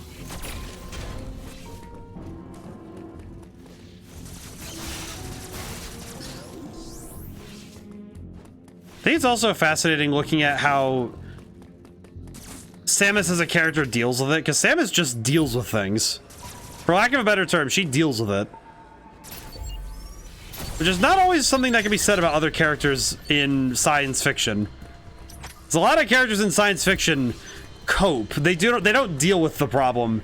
They cope with the problem, which is a massive and glaring distinction. It is a pretty important distinction to state that some characters cope with problems that are of like grander issues, but Samus deals with them, and I think that's an important aspect of what makes her compelling. Okay, well, I can turn this off, but I'm gonna wait here for a moment, you know, just really take a moment. Emmy, Samus is also one of the few cases of strong female character done right. Well, and I think, and I said it earlier that I think I said it like doing the stoic character is hard, but doing a strong I think Samus is also a strong female character. The same reason why other characters are strong. Oh God. Uh-oh.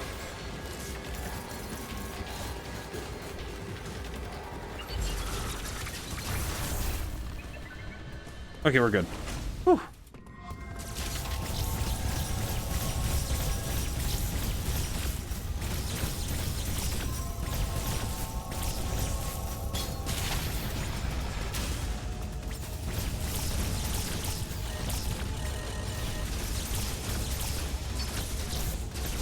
But I think also, because I think sometimes the characters that, because we talk about strong female characters, but I think at times, I think male characters fall into an interesting trap where it's very hard now to write characters that are just plainly strong. So I think that also turns out to be a very difficult problem of, because defining what strength is can be at times very difficult. Especially when you need to decide societally what makes strength. And does strength make you... what does strength give you? And a good number of characters don't even get this right. And a great many writers get this wrong. Where, okay, what is strength? What does it mean? Wrote a good character first and foremost with the identity of them being female, rather than writing a strong female character in the sense of being a woman first and foremost with no vulnerabilities or progress made towards character progression. That is a fair point. I think that I will say that there are a lot of characters, in my opinion, who fall under that purview just as well by trying to just make a strong, like they make a character like, okay, these are the checkboxes we're gonna hit, and then we're gonna make them strong, and it's like, okay, well, what is strong? And that's the part that a lot of writers flounder at, in my opinion. Oh, geez, he showed up fast. Holy crap. Got him. Hey. So I think that's where a lot of writers fail, is we're gonna make the character, we're gonna add all these other superlatives, like we're gonna throw in these other, you know, adjectives, and then we say, okay, then we're gonna make this character really, like, we want the player or the reader or whoever, we want them to like this character. And it's like, okay, well, what about the character? It makes them strong. What makes them likable?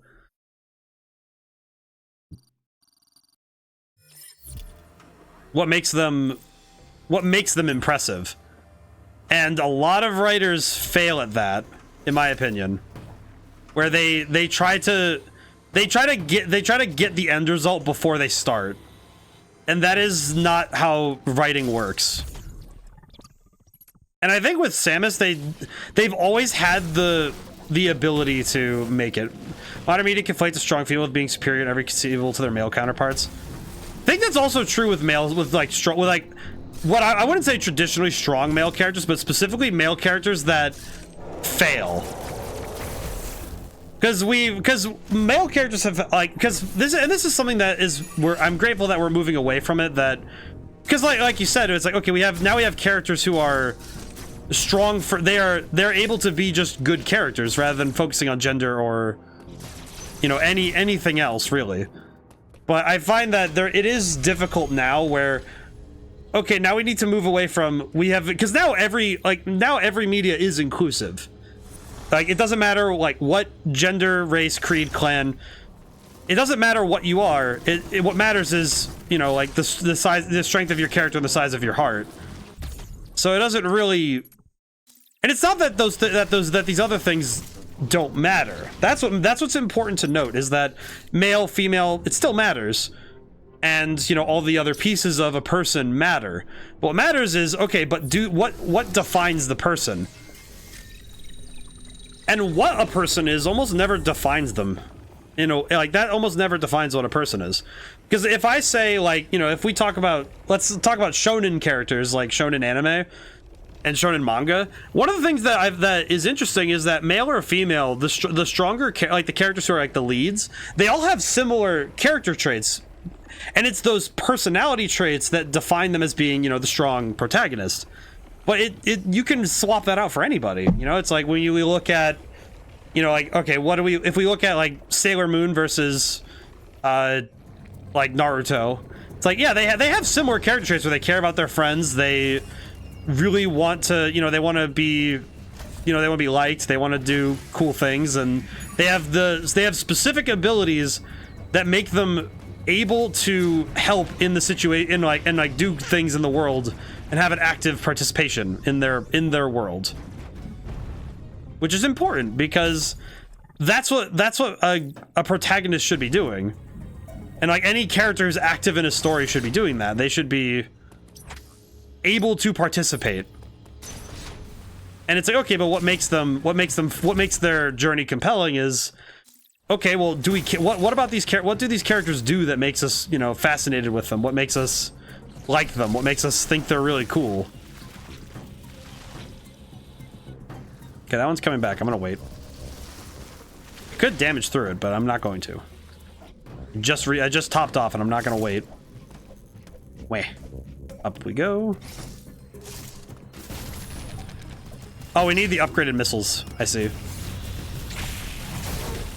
Not that way.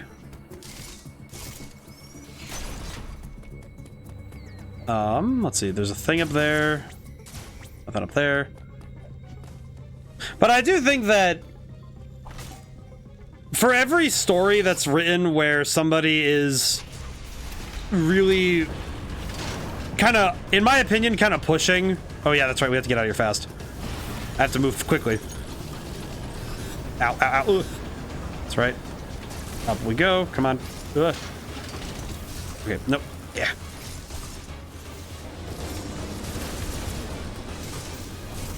Nothing quite like a good escape sequence in a Metroid game. Ow. Yeah. Everything's on fire. Oh god. Okay, well that broke. Oopsie daisy. I hope that ZDR doesn't mind. There's a great poor anime in regards to how women worked in the narrative, but then again, it's almost at the end of small. Oh, never fall apart when you look at the established things at the start and compare that to the end. Well, what I was pointing to Naruto for was more that when we're talking about how like characters can be written. Whoa. But what I meant is that the role of the shonen protagonist can be filled by anybody. That's more what I was pointing at, but I do understand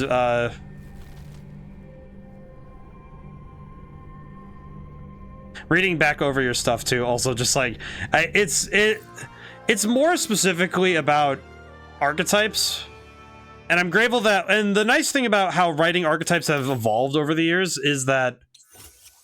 Okay, so we have extreme heat protection, so that means we can go back through where we just came out of, which is good.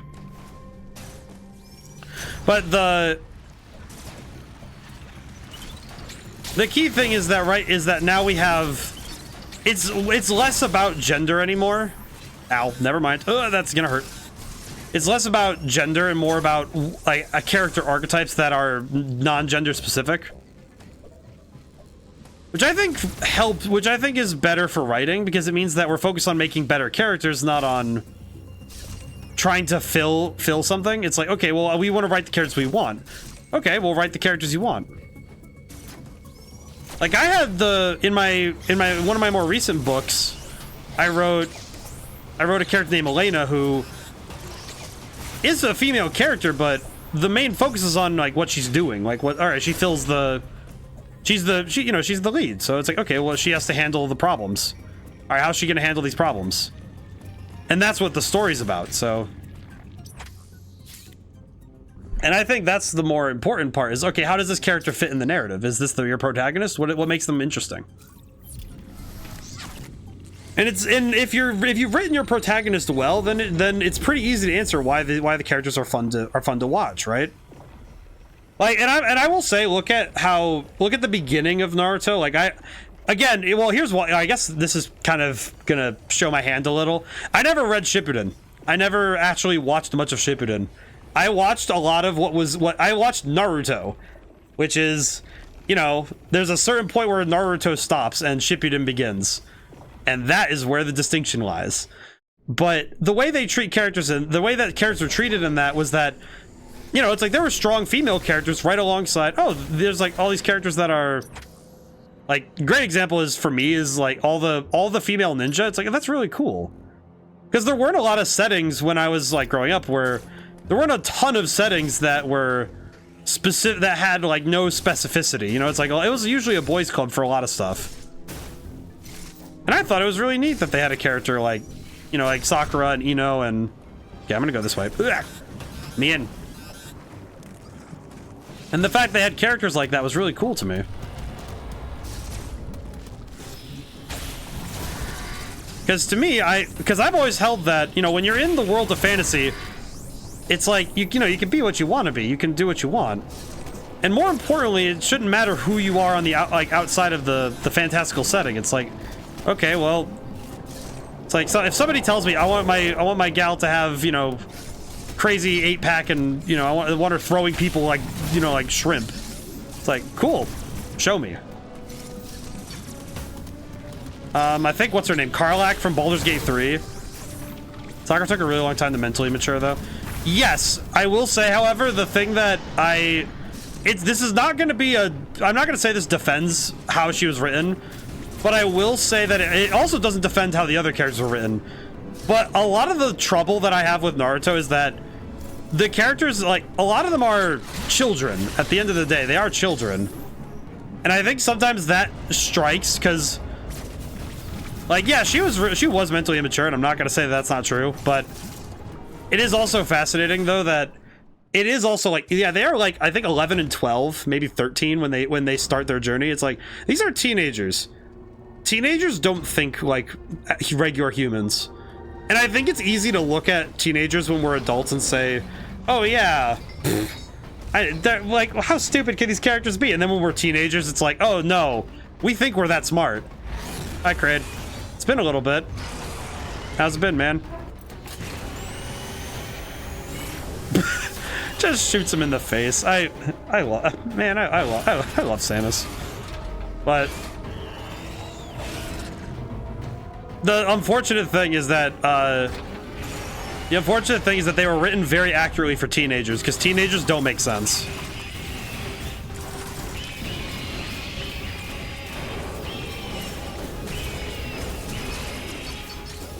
The way she relaxes her shoulders and she's just Kraid.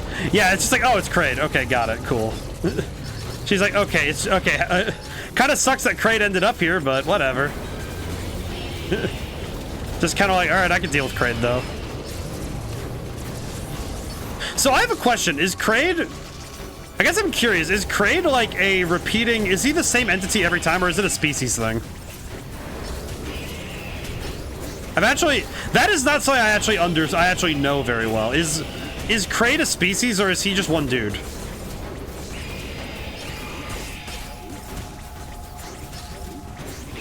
Because that's something I don't know. Yeah, they're told they feel like the Academy should have done a better job preparing to go on the battlefield. They didn't even know jutsu besides the basic. No chakra control either. Yeah, true. That's very true. That is true, Num-Nums.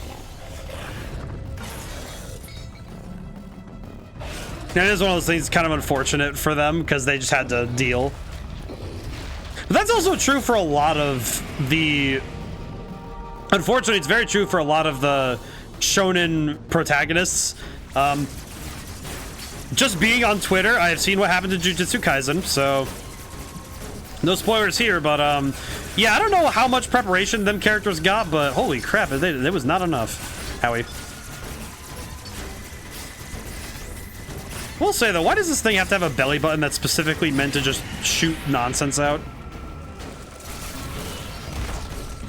It's kind of gross. Like, also, My Hero Academia did the same thing, where it's like, yeah, these are characters that are not prepared for the horrors of war. That's unfortunate.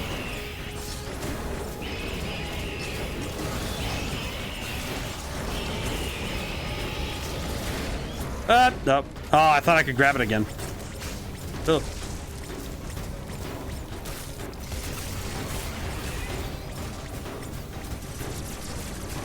Yeah. Ow. So there's an answer for that about Kraid, but it's supposed something about the story if you haven't beaten the game before. I have. I've beaten this game before. I just don't remember if Kraid is like a species or not, because I legitimately have no idea. Yeah, I have usually marked Ravenbeak cloned him. Ah, makes sense. That makes more sense, actually.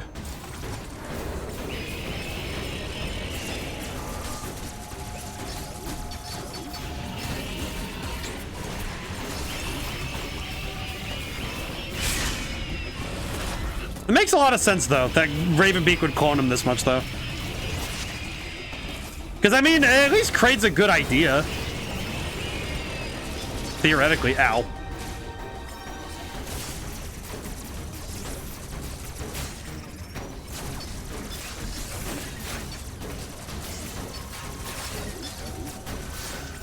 Probably save my missiles for when I go back up there, but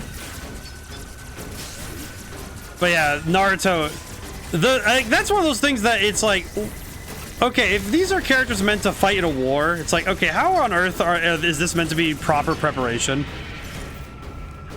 But yeah,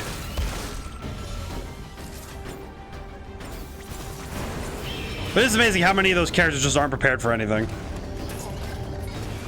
On a side note, though, I am wondering what planet would produce a thing like Kraid.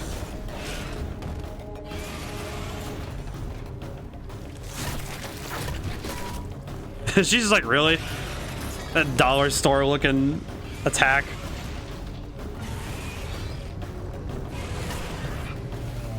And he's dead.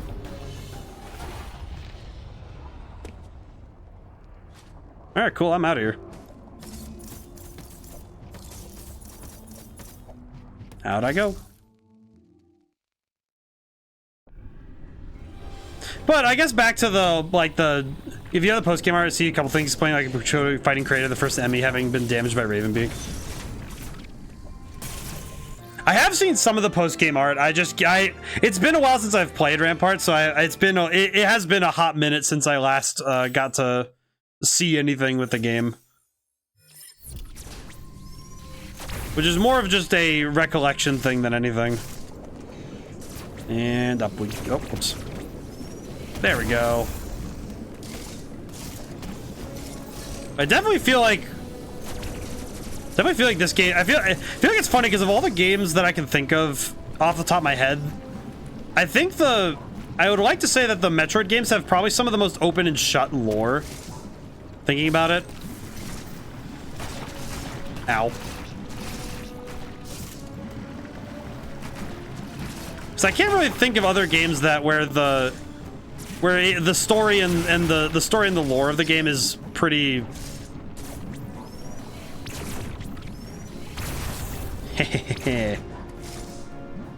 There we go. Free missile tank. Thank you. I'll take that. Woo! Get out of here. Okay, question, I guess. Where do I need to go next? Where do I go now? Power beam door. Guess that way? Nope, not this way. Okay, yep. You gotta teleport. I'm out of here. Oh, this one. Oh, that's right. This is a new teleporter. That's right. Takes me back to Dairon. I think every Vol Paragum. Well, thank you so much for following. Thank you for joining our library.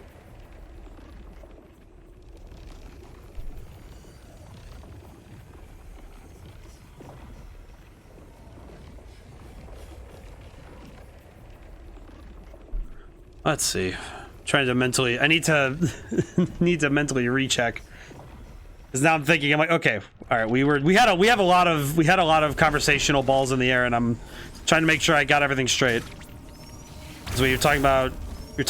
Let's see, strong characters, and by extension. And by extension, we were also talking about animes. So the Chozo built the pyramids. Oh. Is that actually true, or is that like is that actually true in this game, in this series? I find that fascinating if so, because or did they just build pyramids? Read the above message. Also, Raven is heavily implied to be the sun god Ra through Egyptian mythology from the mural within him, in a pharaoh stylized power suit to his name being Ravenbeak. Even the text uses quite literally casting a sun in the final fight.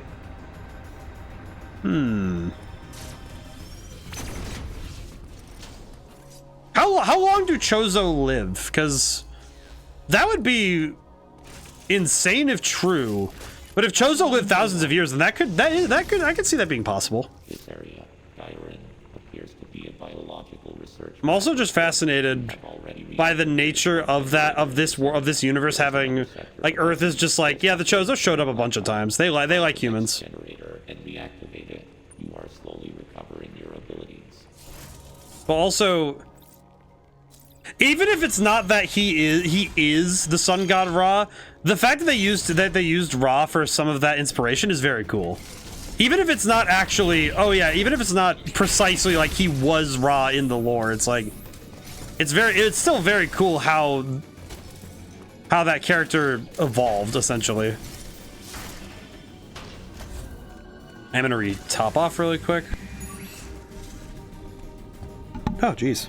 Egyptian mythology, Ra is always depicted as the Black Crow. Is he? I was unaware. I did not know that. Then again, my examples of Ra are generally like Age of Mythology and a couple of other games, but not many. I don't have many physical, literal references of Ra, so I'm gonna need to look into that some more. Oh god, yeah, that's right. I forgot how fast he is. Ah! Gotta go fast.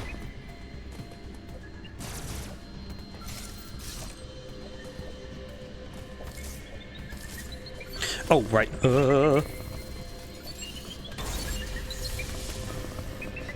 I'm getting out of here.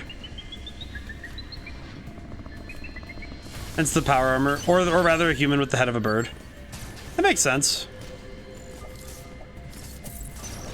I can see that being, I could see it being true. I could see it being, well, seeing plausible. But it's like, even if it isn't, it's just the sheer, like, mythological, inspiration is very cool. You don't have the morph bombs yet, so... Okay, this isn't gonna help me yet. Where do I need to go precisely so I can get out of here?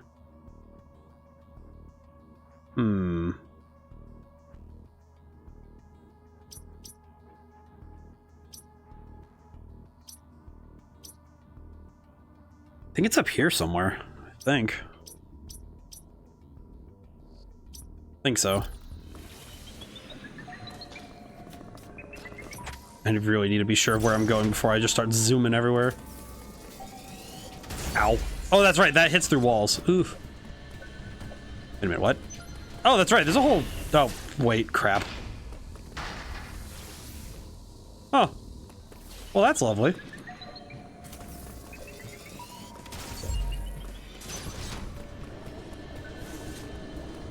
I'm thinking about it though, the fact I always like it when there's stories like that in lore where it's like, oh yeah, we have like in the story of a game, say lore, but just in general, like in the story of a game world where, oh yeah, we have some stuff that links in with real world stuff. It's always fascinating when you see that sort of connection. Oh, this is on the wrong side of the wall. Okay, what's on the other side there?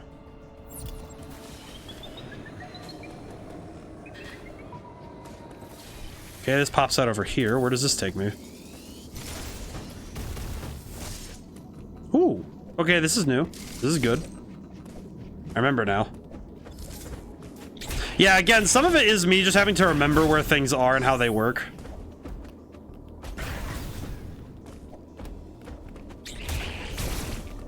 And now I'm starting to remember more of this area. Nope, not this way. Doi. This way. Down, around. Not up there. Down here. Just running around, just thinking, okay, where am I going? I have to constantly open the map like I'm a lost tourist.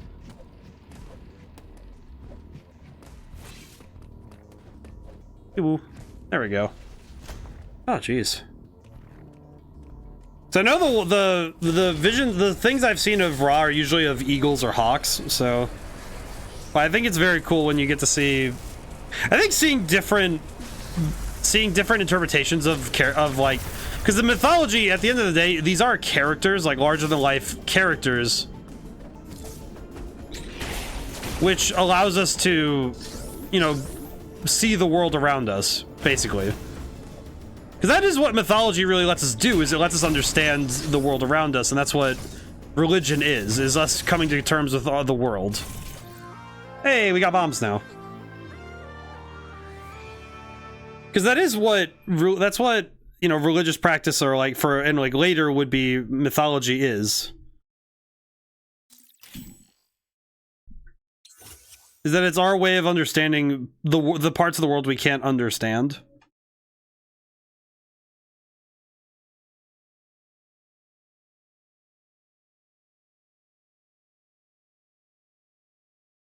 Let's see, so it's Y while in ball form. Understood. And if I recall correctly...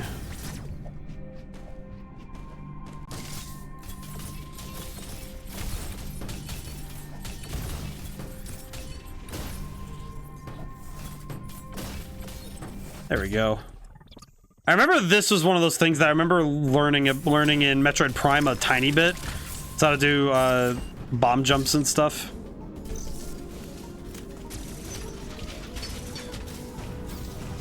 Hello. Let's see. So now I have the ball. I forget if there's... Oh yeah, I remember this one. Just cool that Raven being inspired the Egyptian mythology in the Metroid version of the universe. Yeah. Well, it's really cool though because it also like it's something really fascinating about the way that mythology forms in this universe, where it's like, oh yeah, there's or the Chozo rather. Well, and it's like because it makes when you look at it from that angle, it makes perfect sense. Because yeah, bird people. But it also, like, thinking about it, because I have heard Egyptian spoken. And when you think about, like, spoken Egyptian, it sounds a lot like what the Chozo language sounds like. So, because it's very guttural. It's other bird tech and power suit as deific things. Yeah, well, yeah. Well, that's true for any science. Any science that's further than, that's like much further ahead than a world's science is it would be, you know, godlike. Because if we were shown somebody teleporting, like if somebody came into our very, you know, very modern Earth and was using like teleporters and, you know, like hypersonic spacesuits or something, like we would probably presume them to be some sort of like deity type thing. Can I open this? Oh god.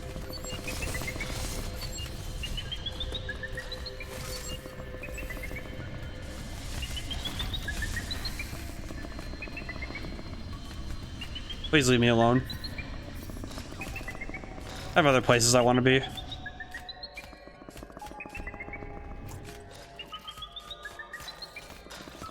Okay, so this is the exit point. Oh, this is an ME valve. That's why I couldn't go in it. There's a door up there, though. I go up there and just leave.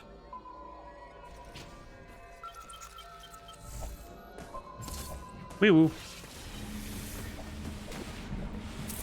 But that's I have found that, you know, historically that is something that has happened on our Earth a couple times now, where somebody has such high level technology compared to where they show up that they end up looking, you know, perturbingly powerful beyond measure. I actually wrote something recently about what makes gods, and taxonomically, the thing that I've understood is that if anything is to be referred to as a deity, it's because of a massive gap in power.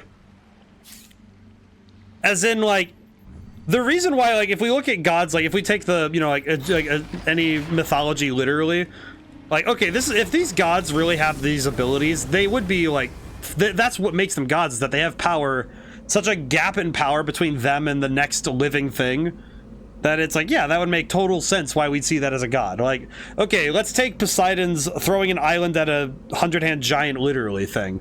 Yeah, he'd be the god of the sea if he can pick up an island and yeet it at somebody as like a weapon. Or like gods of knowledge, where it's like, yeah, they just know everything. Like, you ask them any question on any topic, they know everything. And it's like, yeah, that makes sense. They're god of knowledge. That's a massive gap in the power of knowledge, because knowledge in a way is its own power. Ow. Ow. Can you don't? Oh, that's right. This place is the one with the. This is the one where you need the speed boost to go in certain directions. I remember.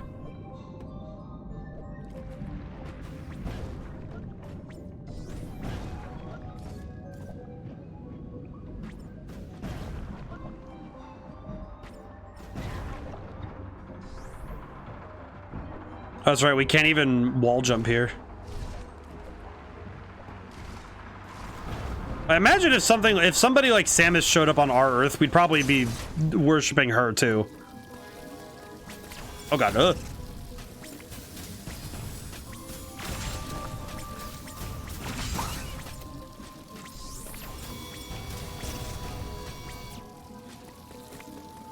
just gonna run. Ooh. This place is perturbing. It's time to go.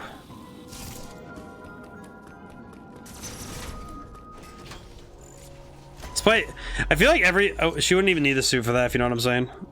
I know what you're saying, but I don't know what you're saying. The lower levels of Verenia are mostly submerged. You will need your gravity suit to operate. That joke doesn't really work in a verbal sense, does it? I have to write subtitles for that one. Grapple beam or space jump will help you maneuver underwater to an extent. Find them as soon as possible. But that's reasonable. That's reasonable. I understand.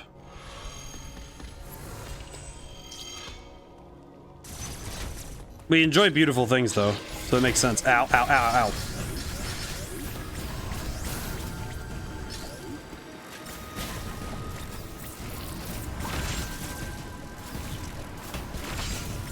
don't know why I kept jumping into it like that, but it's fine. We have an upgrade anyway. Well, I mean a refill.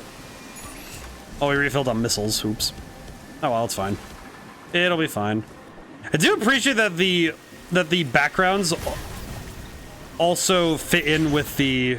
Oh god. Ooh. Like, seeing the way that the backgrounds and the foregrounds blend in seamlessly, this game looks... Oh, it just looks so good. Because it feels like all the areas blend in seamlessly together. Okay, I need to go over there, so I need to do the slow climb. So we don't have the gravity suit yet.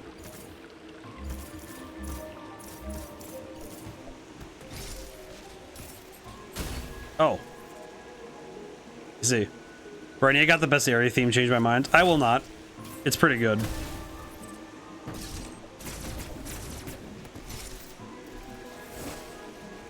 Okay, I need to just shoot that and then run. Oh, it's just for a missile tank? Oh. I did not need to try this hard for a missile tank. Oh well, I'll take it. We need the extra missile tanks, so the extra capacity is helpful. Wee woo. Up we go. Up we go, and down we go. Granted, I think, like, what is it? The armor adds like an extra 300 pounds or something. If I remember accurately. Oh, that's right. We need the Phantom Rush thingy. Yeah. Yep. There's that Phantom Rush ability that lets you go super fast that we need for a bunch of stuff in this area. Okay. This way. Save room. Very cool. I think the music in this game in general, it's never so far. What happened to the wide weapon? We still have it. We still have the wide weapon. We just think it looks a little different. We have wide beam. We also have missiles. Yeah. Why? Still have all of our stuff though, Julian. Thankfully. Ew. Yeah. Is ammo limited? Missiles is. Not lasers, though. Oh god. I forgot about that. Forgot that this place, it sinks. I did play the boss rush a tiny bit before, like, I think it was yesterday I played it in the morning. Because I wanted to see if I could remember mechanically, like, okay, do I remember how the controls work? And... holy smokes, I forgot. The boss fight in this area, like the non-Emmy entity, makes my brain hurt, so forgot about that thing. Because it uses a lot of different abilities, and I kept forgetting how they work. Oh boy. Thankfully, bombs and lasers are not limited, though, so that is good. Okay, so that door opens. We have come to say the Morph Ball is that Samus is an out of experience body, which doesn't function on compression of the body. So they're more of a spiritual thing, kind of like teleporting. That's an interesting theory. That is an interesting theory to posit. So like she compresses and then it's like, okay, yeah, she has to like kind of almost like mentally check out so she doesn't. Kind of like if she doesn't mentally check out, then her body would definitely not be feeling too good. Kind of thing, maybe. Because, I mean, it's like, with some of the morph balls, it doesn't look like she's really, like, being compressed. She's just rolling up. Let me look at the morph ball in this game and see if I can tell. Flash shift acquired. Yeah, this is the one we needed for so many things. And this is the one where you press A and go forward, I think. Yeah, it's hold A to prepare flash shift and then move backwards or forwards, so. Like that, yeah.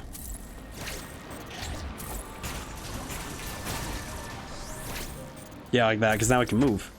Now we can really zip around everywhere, which is very cool. Yeah, so that's how we get that energy tank. Because if I look at this one, I might be able to get a little closer to an answer. I think the nice thing about a lot of Nintendo video games is that you're never really pigeonholed into one answer. Okay, so if I look at how she gets into the... You know what's the way that I always personally interpreted it was, like, looking at it again, it looks a lot like she kind of summons up, like she like summons up a shell around her. Almost like the suit creates a suit. No, it's like teleporting, so her body disappears and rearranges only her consciousness lingers to control it. Like how your body is destroyed and replicated upon teleporting, but her stays destroyed until leaving the morph ball, whereas the non-chosen people try to replicate just died from having their organs being crushed. It's an intriguing theory. I don't know.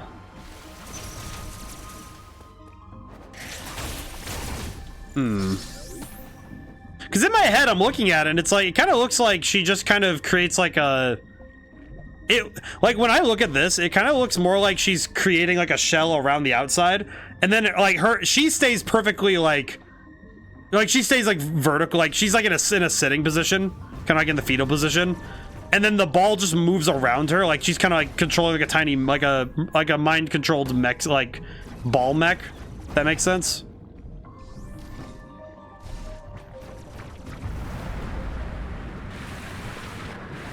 Okay, that fills up, so that's... So now there's other areas that are lower, though. I can see what you mean, though.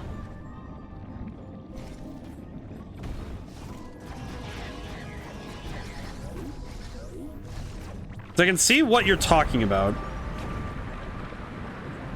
Where that, like, how... Because I can see that being... Like, again, that's why I like this. That's why I like this stuff, because it's like, it feels... Because... Again, it's like, okay, both of our answers have the ability to be correct. Like, even if there is an in-canon answer, it's like, it doesn't feel like you'd ever be 100% wrong. If that makes sense. Like, if you interpret the events being one way or the other, it doesn't feel like... Because it looks like, you know, it's like the way it looks, it's like, okay, yeah, I can see... Because with some lores, they leave it multiple choice because they want people to be able to interpret and come to their own conclusions.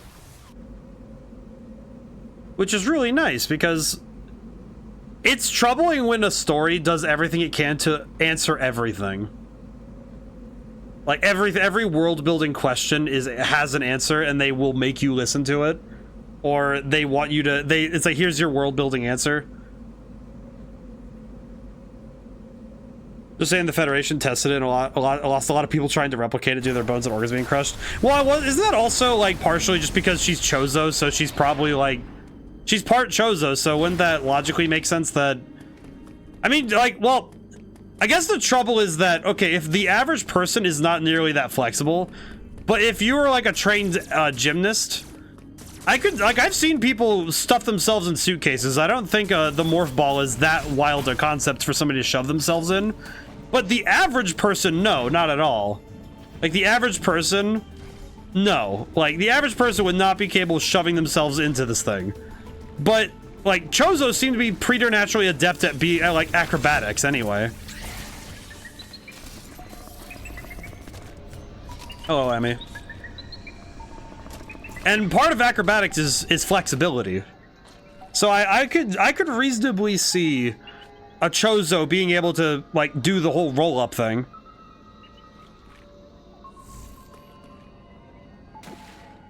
And I wouldn't even say it's in the top 10 of weirdest things that video game characters can do.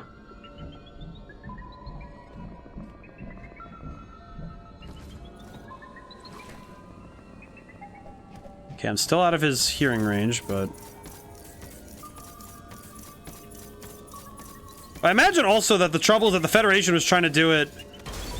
I guess to put it, though, in a specific way, the Federation was trying to do it the long way of, okay, we need to test it first. Which is true of a lot of larger governments in sci-fi, where they test things without thinking about what the ramifications would be for doing so.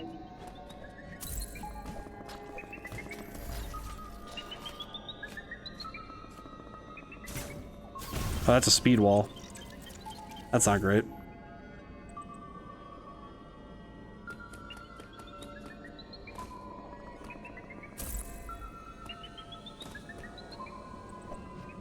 Okay, where does this go? Let me out! I did not want to deal with that. In the slightest. Don't want to deal with that. Ever. Ugh. Okay. Also, it is said that all the Chozo lost their wings long ago due to evolution, as they didn't need to fly to avoid predators, they evolved to become the apex predators. Well, that's just the most baller thing that anybody can do. However, Ravenbeak still had wings. I guess that's why my question of how long do Chozo live is very important to me, because why would it, like, how long can the Chozo, if the Chozo's lifespan can be, like, you know, literally millennium, then what does that speak of for evolution? Because the species doesn't really evolve that, like, that quickly if they have lifespans of millennia.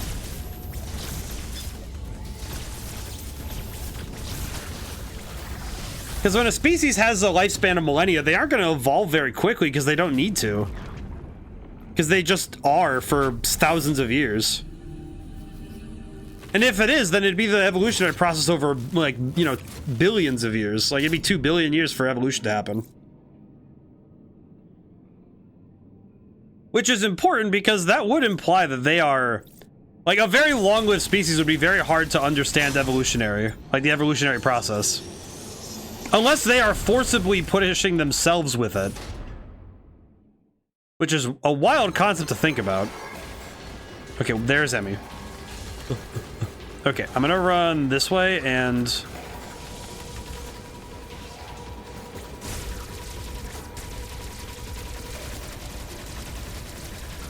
My aim was slightly off for like half a second, and I'm not appreciating it right now.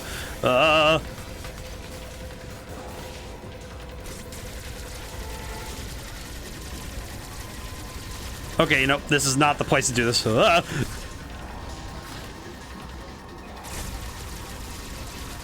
that, stop that, stop that, stop that, stop that, stop that, stop that, please. Ah!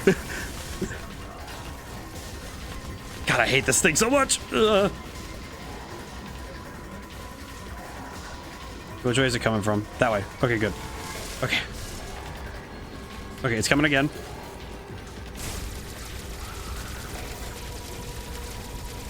Stop, stop, stop, stop, stop, stop, stop, please. I just want to break your face.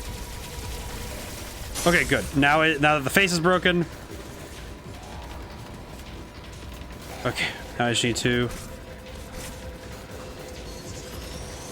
Hello. Wait, this is a bad spot to do this in. I remember now. Come at me, nerd. Oh, crap. Wait. Sure, I can't beat a lion or fight Fisticuffs, but I can sure use a firearm accurately. I think humans have evolved pretty well. Oh, God. Because who needs evolution when you have technology? It is a dangerous proposition, though. But the trouble is that, I guess then that would bring up the question... Oh my God. That one I had it lined up too. What the heck? Hello. There we go. Whew. But remember, Rampart, that we are at the tail end of all the evolution that humans had to go through for about 10,000 years, roughly. Because we had to evolve from hominids and get to the point where we are now. And then technology exponentially removed that need. Which is a very different... It's a very different sort of chase, because the Chozo would have had to have done the same thing. In addition, while it's active... Yep, I remember the Shine Spark now. This is the thing that... I remember there was a item in one of the other areas that is... a pure nightmare to get, that because you have to do a full Shine Spark chain to get a particular item. It's one of the last items in the game too, and it's a pain to go get.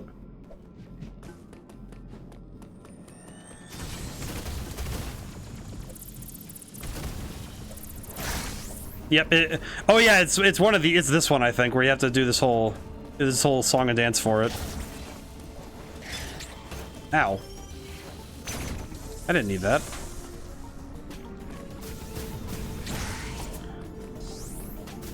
I think that's kind of it's a greater part of that whole of evolution is that there's a lot of pieces that went into how we evolved. Because I've been the predominant apex predator since we discovered how to create fire mate. Everything else is quality of life. You know, I would agree with you, if not for one thing. The ocean. Because of all the things that humans have figured out how to do pretty well, the ocean is not one of them. And the way that I see it, humans are the I would disagree that humans are the predominant apex predator, just that we are the only one that figured out how to do it in multiple places. Because every area has an apex predator, and humans are almost never the one. The key thing is that humans just happen to be, on average, better than handling problems. But when it comes to nowadays, though, like if I had to look at, you know, kind of critically look at how humans can handle life, and by extension, you know, handling other stuff, it's interesting how by virtue of our technology, we've kind of nerfed ourselves into the ground. For a video game term, we have nerfed ourselves into the dirt. Because we may have the technology, but we very severely lack the actual common sense. We literally have to put restrict ourselves or not drive species extinct. Very true. But it's turning out to be a bit of a problem that we don't actually have. Let's see, this is an elevator. Where does that go? Forget where that goes. But one of the main problems that we face is that, like, we built ourselves up to be the apex species of Earth, and then proceeded to pretty much get rid of every single skill that put us there. Because most people, if actually put into a situation with an animal, even with firearms, they'd lose.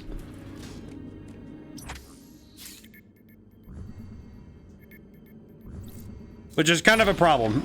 Only if you're dealing with animals, of course, but it does also, we've also kind of removed our need to be careful around animals, because I've seen a lot of videos this year about people at state parks thinking that animals will be just fine with them coming right up to them, and then that is not the case. But back to Metroid, though, like to wrap it back to Metroid, I think the thing that I'm curious too is, okay, if the Chozo unevolved wings, and I'm curious to what the process was to do that, because like I said earlier, the thing that intrigues me is more that, okay, if they're a species that lives for thousands of years, how did they unevolve wings, and to what end? Because at this point, it's more just a curiosity, like, because why would you need to unevolve wings? Because it just seems like, it doesn't seem like a thing that would. Because normally when a species unevolves something, they do so because it actively gets in the way. But wings would just be kind of like an added bonus to being awesome dudes in super suits. Because you throw some thrusters on that bad boy and all of a sudden you have like a super suit with wings that can send you into just any direction. They didn't need wings to fly when they had mass-produced power.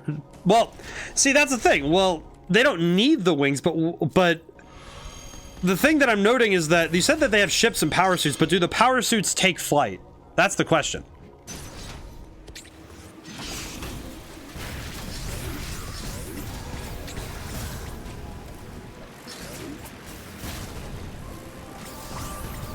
I just realized, why did I come back up here? Can't go up there anyway.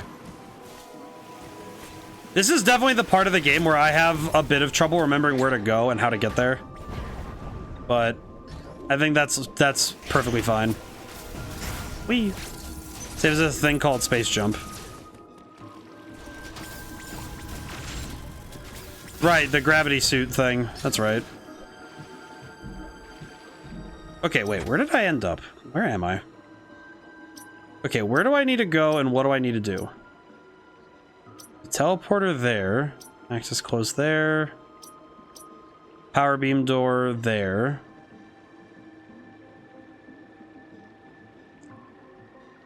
In Prime it works as double jump on 2D's Metroids. It's an infinite jump. Right.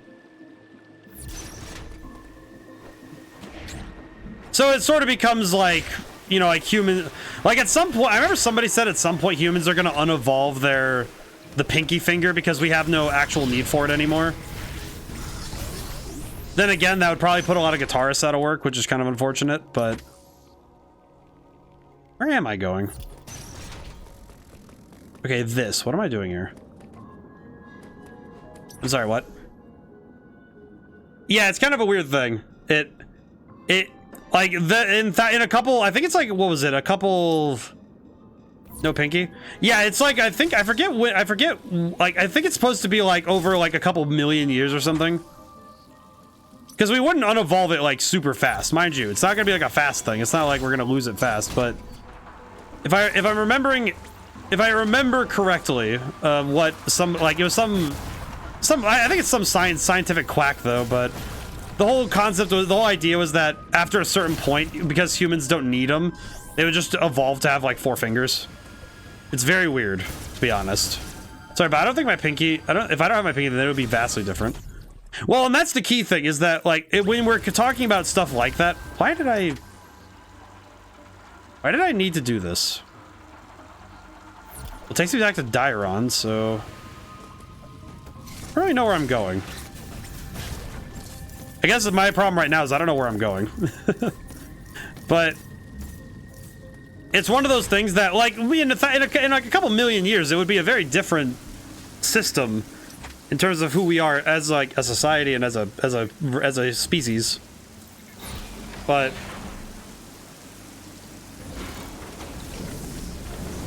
you know what? I just realized, Rampart, I'm thinking about it now. If wings are in the way, thinking about it again critically, if wings would be just in the way, then why does Ravenbeak still have them? Is it pride? Is it because he's traditionalist and likes having wings? Because he uses them for flight. That's the thing that confuses me. He does use them. So why does he use them if he could just have the space jump too? So I guess it kind of comes down to preference, doesn't it? Because that's also something I guess we haven't really considered, is the cultural aspect of it. Because there probably are at least a couple people who, you know, would, like, well, I say people, but people within the Chozo race that would probably not enjoy the move away from traditional forms of movement and like culture. It would be probably really flustered at the notion of not having wings and stuff.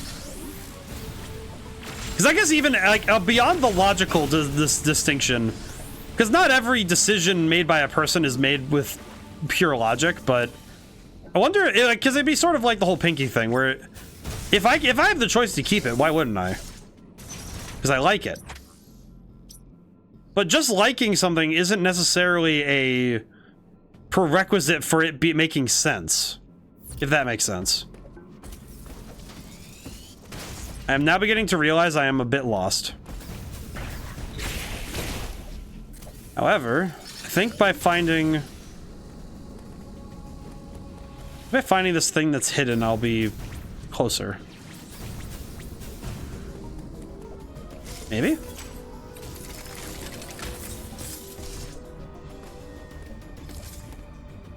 think this is it, though.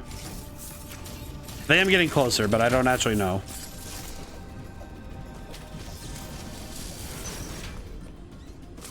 How did I get back here? Okay, now I think I'm starting to get, I think I got lost again. Total recharge station. There's a speed thing there.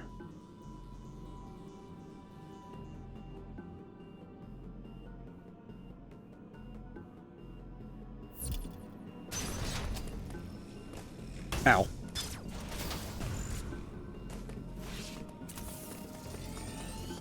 Ow. I'm trying to think, what am I missing here?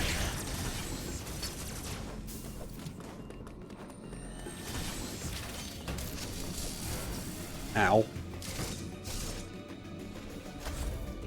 I think I got lost again.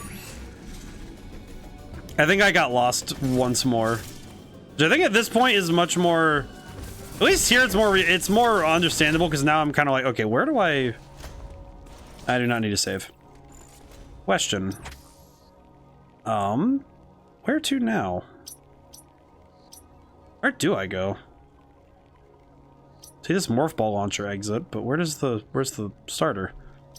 Okay, what do I need to... Oh wait, there's an elevator up here. Oh, that's right, I can't access it. Geez, where the heck am I going?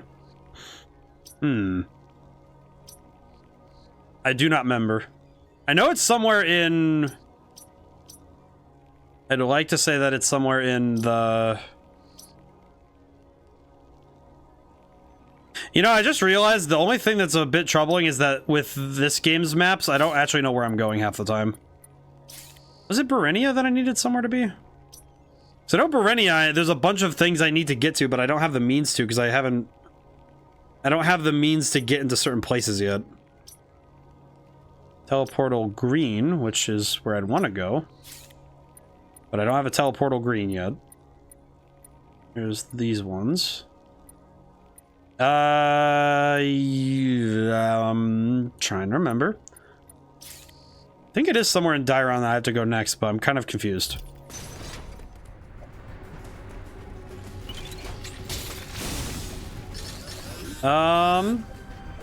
Crap baskets. There's a thing.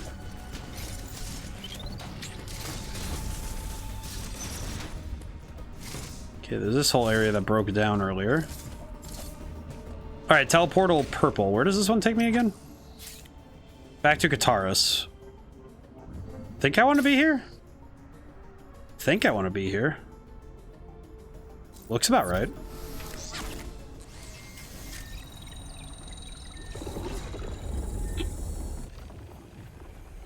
Oh, jeez. I am uncertain, though.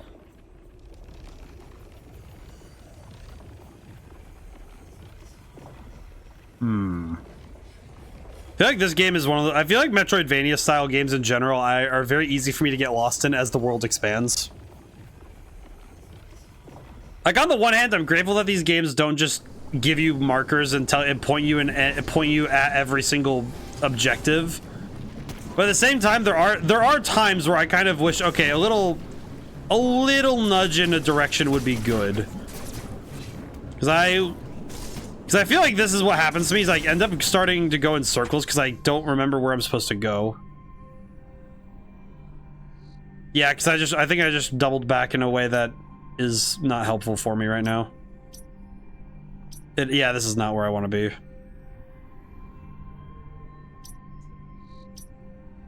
Okay, is there... I'm trying to figure out where I need to go next.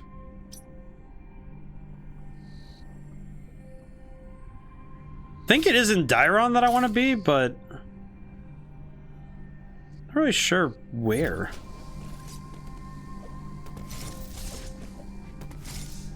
Okay, I think I want to just head back really quick and get out of here. I'm trying to remember where exactly I want to be.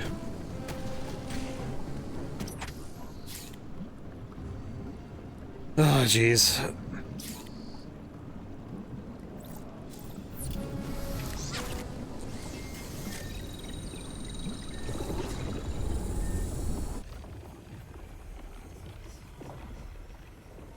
We'll say at least this is definitely going a little bit better than the last time I played, so I can't be too upset.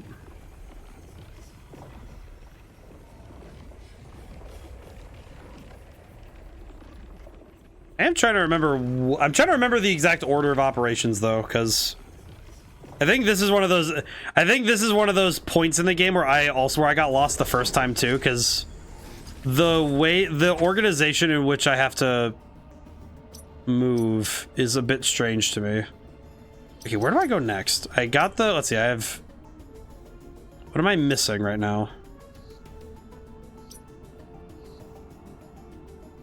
I think I just need to go back to Berenia. I don't see anything here I need, so I think I just need to go back to Berenia.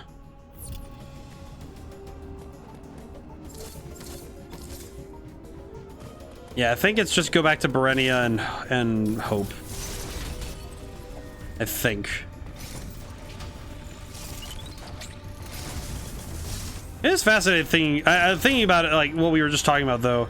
Thinking about the hypotheticals, though, of like evolution in regards to, you know, species in video games. It is interesting, though, because science fiction, more often than not, has the ability to tap into ideas and stories that other genres just don't have the they don't have the ability to even, you know, start going into that. Because a lot of times, like, evolution isn't something that we can, you know, we have good grounds to look at. But also just we can conjure up a species by which we can both view our own and also understand what could be another. I think there's something right here.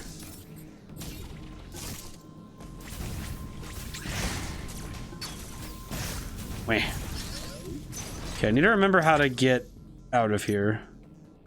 Oh, I think that one's the missile. I think this one's just one I have to break with speed wall. Yep, there it is. Another missile tank. I'm not going for 100% today, but it is nice to get all these, though, because the extra missiles do help in the boss fights. Okay, yeah, I think the fact that I came back through here was a bad idea, so let's head back. All right, this is the wrong place. Oh, wee. I do appreciate the... Ow. Do appreciate the comedy of getting launched by something like that. All right, well, I don't know what's going on there, so I'm just gonna go. Alrighty. I have other things I need to get done, so I can leave it alone. Okay. Berenia, there's a Berenia exit here, so I can just go this way. Ow, excuse me. Ew. Have you heard of the about the criticism of meritocracy? I have seen examples in fiction, like the way that triangle strategy talks about like what happens when it gets twisted. But I'm curious what you have to bring, Julian. I'm curious to this.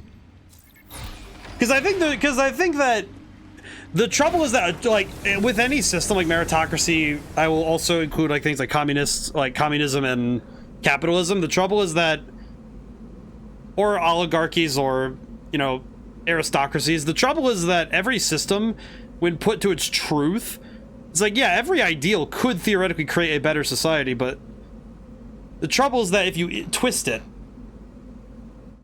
much like twisting any ideal, you can end up creating something that ends up doing something worse than what it could have done.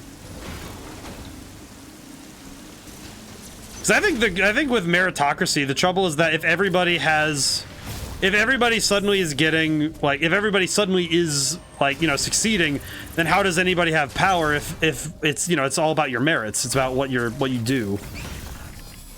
So how do you decide who is and who isn't if everybody is valid? I could see that being a problem. If you're trying to build up, like, what would be considered a true meritocracy.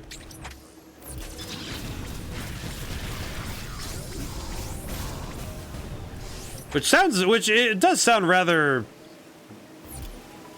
you know, pessimistic to have a world like that, right? See that, though. Blow that up, even though I don't need it. I will blow it up anyway.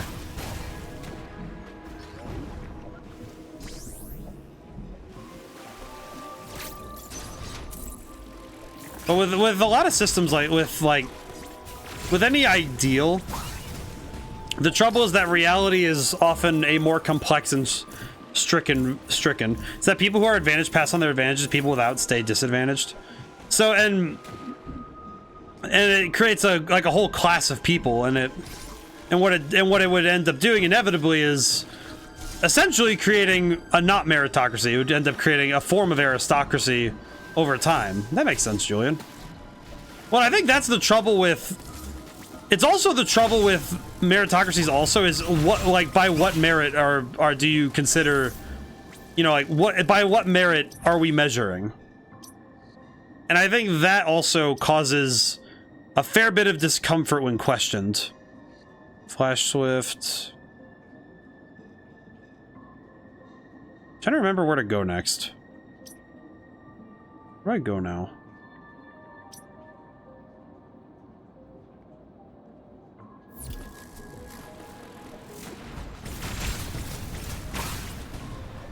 But because at some point it would end up becoming just a new form of like aristocrats who wield their, like, you know, their status as being the ones who can.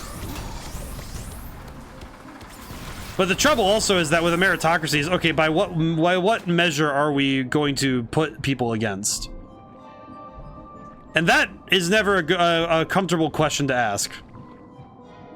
Because more often than not, they're never asking the question of, oh, it's always a question of, okay, what merits are we asking for? And a lot of these merits are going to be made up in some way. Any of these explodable? Doesn't look like it.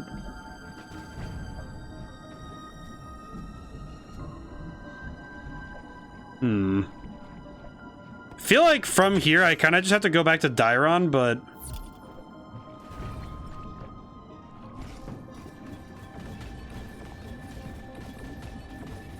yeah, no, this isn't the way.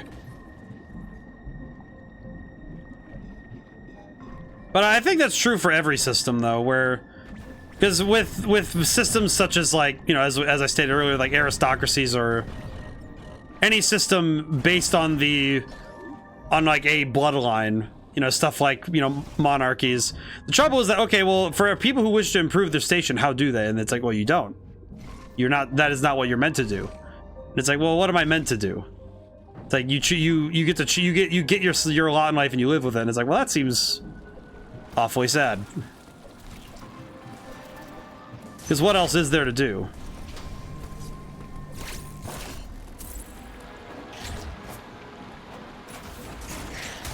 Also, I'm starting to realize that I don't quite recall where I'm supposed to go. I'm starting to realize that this is the part of the game. I think this is the part of the game where I'm truly lost. Ow. I hate these guys because it's the angles at which they shoot that just gets annoying.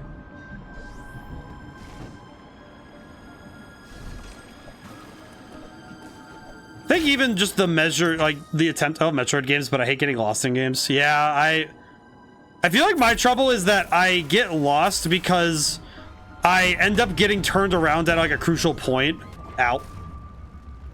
Where I get turned around at a crucial point and then I just get lost. Like, it's like, oh crap, I don't know where to go now.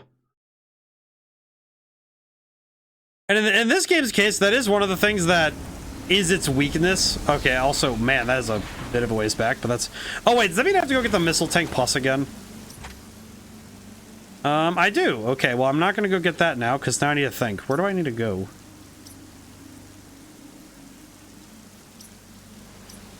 Yeah, this is the bit where I get very lost because I don't really know where I'm going at this point. Because we came back here, we went back to Dairon.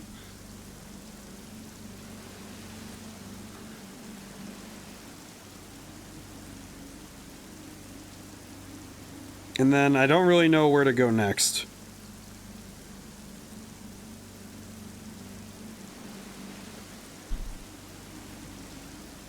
That's sort of the problem, is that I ended up like, okay,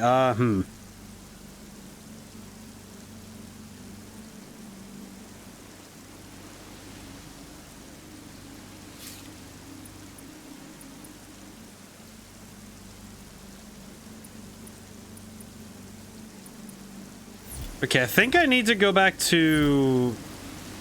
You need to go back to the check mission log. Do I have a mission log? Mission log. Speed booster acquired in Dairon, destroyed Emmy in Dairon, flash shift acquired in Berenia. Received Adam briefing in A. Yeah, so this is basically just all I did, so... I think where I want to go... I think this is... Because I saw that one part of Cataxtria, or wherever the Cataris. I saw that part was... I saw that part had a cold... Oh, it just shows you what you've done. Yeah, I do remember, though, that one part of the map was cold, which is... I think that means I need to go back to the first area, because the first area is the one that you do when it's cold. I think that's the one I need to go back to. If I'm remembering accurately what I need to do. But that could also be wrong.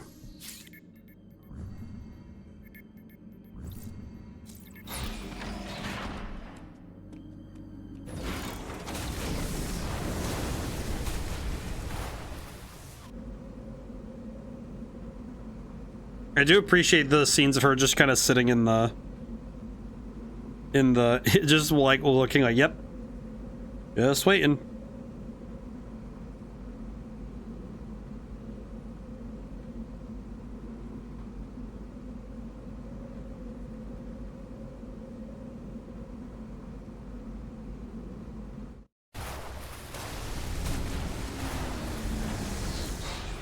Alrighty.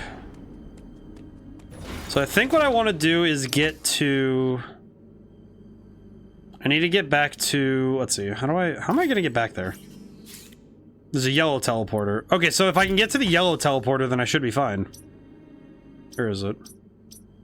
Total recharge station. Teleporter is all the way over there. Holy crap. I think I can get over there. I think with the upgrades I have, I can get back over there, so... Ow.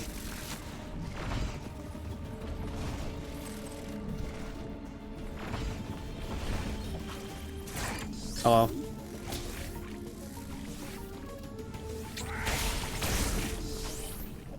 Alright, there's water in here.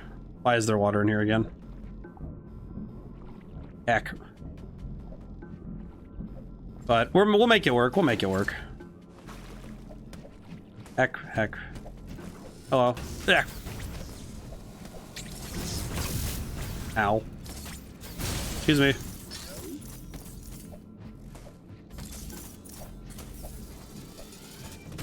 Okay, let's see. Never hurts to double check where I'm going.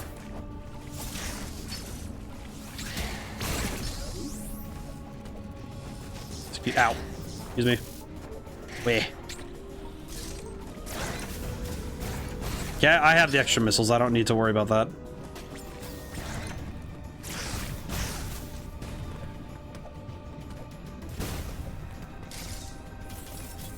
There we go. Yep, I can go up here now. Ha. I remember now. Oh, that's right. I remember how to do this one, I think. Question, how do I use the speed booster? How do I use the thing again? Tilt down when the speed spark is active. How do I... Oh, crap. How do I do the thing again? And then press B to activate it. Okay. Woo! There we go. Yep, I remember now. I remember how to get... I remember that now. Excellent. All right, cool. Very cool. You can just go up here, I think. Yeah. Speedrun of this would be cool.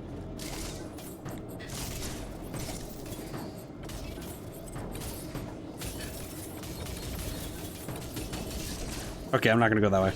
I know that I know that that was what I wanted to do with this. Like trying to do as fast as I could, but I feel like this would be the game, if I were to speedrun anything, I feel like this would be the one that I could really work on. Honestly. I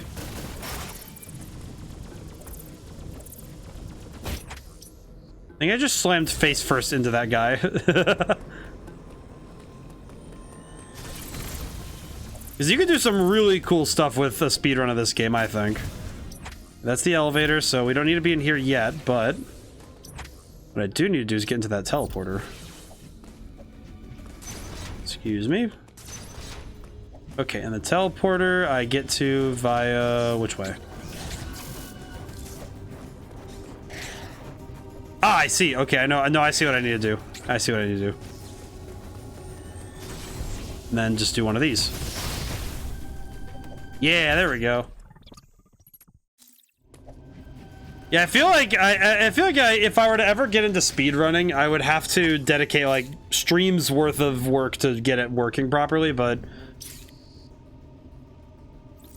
I guess my trouble is that I need to choose a game that I don't have the... I wouldn't be frustrated if I had to give up enjoying it for a time. You know what I mean? Like, because I want to choose a game that it wouldn't be painful to constantly reset and redo over and over, where I would just be angry with it, you know?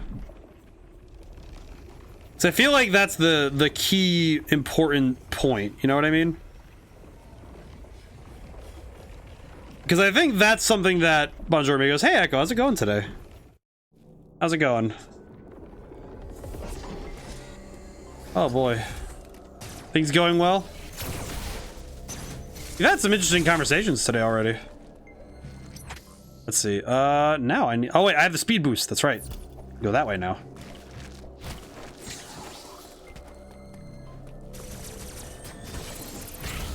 Ew.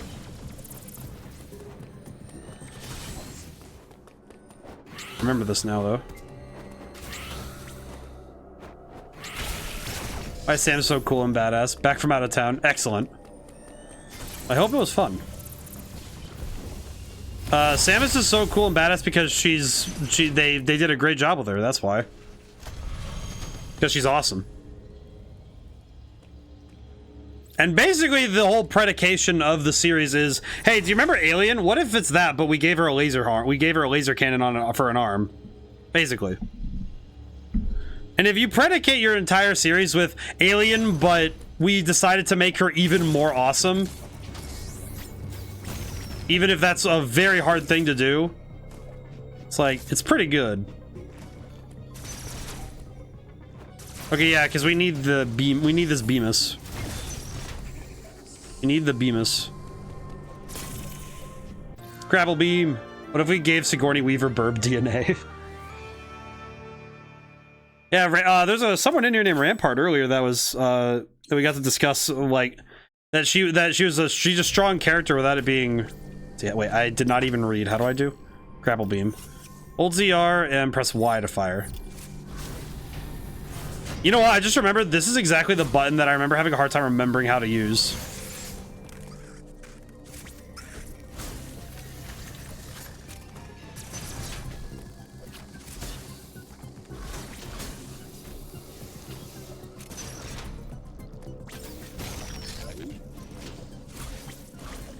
Yeah, because you have to hold the button. Wee woo. But the burb DNA is impressive. I like this a lot. Oh boy. I appreciate the chance to replay this game because I feel like coming back to it without... Because when I last played this game on stream, I felt obligated to try and be... Because I was trying to be really cool with it. Like, oh, I'm going to do it in 4 hours or less on hard mode. I'm going to look so cool. And it's just like, I feel good that I can run the race at my own pace. You know, it's like, it would be cool if I could do it super fast and look awesome, but I think there's something liberating both mentally and physically. Like, I can take my time. I can, like, I'll try to go fast and you know, my goal is to beat the game today, but if I can help that, but I wouldn't feel beat up about it if I just was like, oh, I have to finish it next time. Like, oh, well, we'll finish it next time. It's okay. Like, I don't know. There's something about that makes me feel better. What if we gave Sigourney Weaver burb DNA and the Alien DNA too, and power-ups and armor and power-ups, so she don't need no man? I think she would be too strong then, because then she would have like, there'd be nothing left. Like, what else does she need? She don't need anything. She has a freaking mech suit and the ability to explode everything rapidly. What else does she need?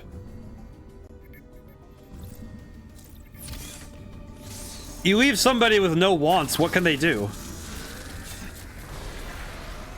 You know, it's just like, we have fulfilled all of the, you know, the hierarchy of needs. We have done everything. What else is there to do? It just kind of ends up like, what else can you give the person who has it all? Maybe like another mech suit.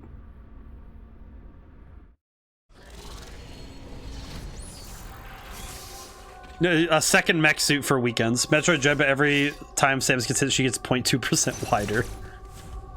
I would be a little worried about that. That would scare me a little bit. Yeah. Remember, this one you have to be swinging. Sir.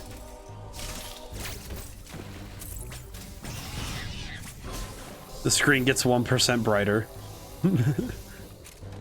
By the time you're done with the game, you just have like, you just can't see anything.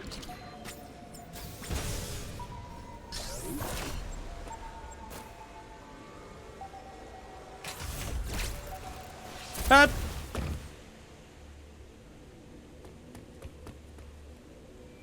Oh, there's a Chozo wall. I have a pure white screen under 20 minutes. Reasonable. Oh yeah, this is the one. This is Ravenbeak. Yeah, that's right.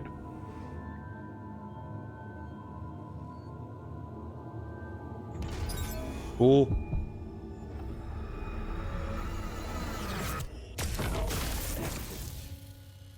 She just got yoinked by energy.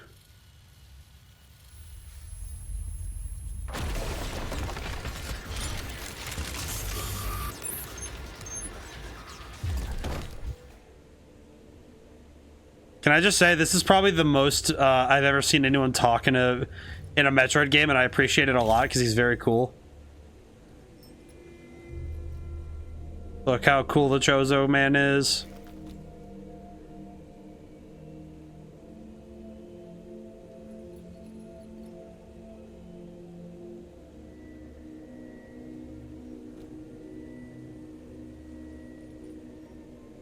I appreciate that he's just so calm about it. Someone stole the 5th month for my 2024 calendar. I'm dismayed.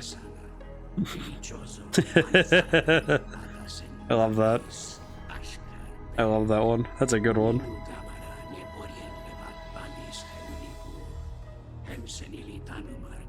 If I'm correct, this is the only other game besides Metroid where more Samus actually speaks. Yes. Also, on a side note, I guess with that, like alongside that, by the way, this is one of the few games where we get unbroken Chozo for like Chozo spoken language. We minimally speak of ODaM. True. But the thing I find about this that is interesting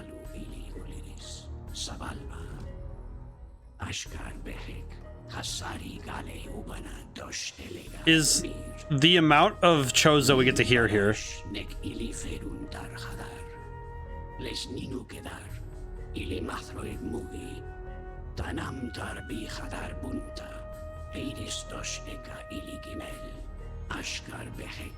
But I do think that given what we heard earlier from Rampart and the like the Egyptian, like some of the Egyptian like inspirations here,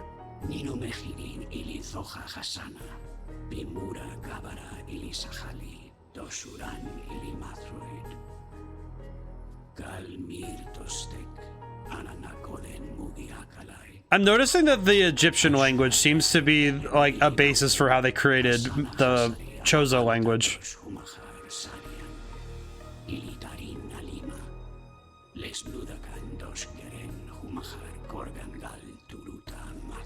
But I do notice that that their sentences are formed like English. Just how Samus just politely listens. Yeah, she just listens politely.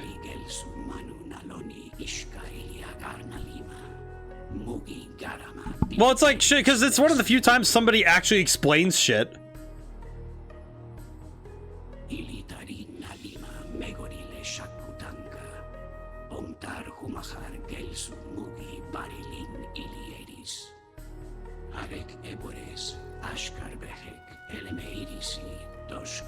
Like, it kind of seems like this is one of the few times where Samus gets to have things explained to her without it being Ishili Mathroi, Meilia Garnalima, Havari Bama Mugi Sarali, Lina Tamahar, Toshek, Nutili Mathroi Desborodo, Ilioristar Ashkar Behek, Dora Havar Bados Les Maradan, Has Bados Les Maradan, Ashka Urugal Ata.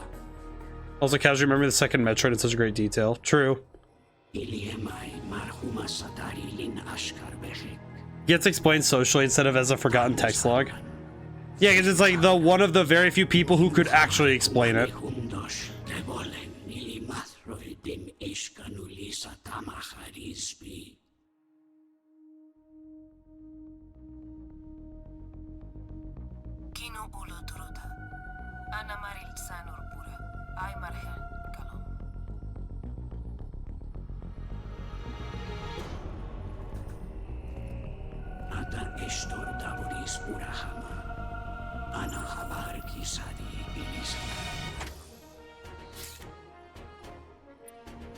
Yeah, it's also just cool to see. Speaking of hieroglyphs,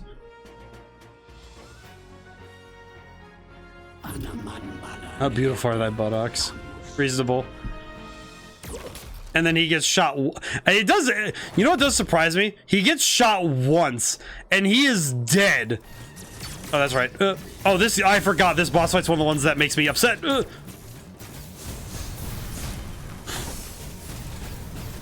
Ow! I forgot that's a parryable.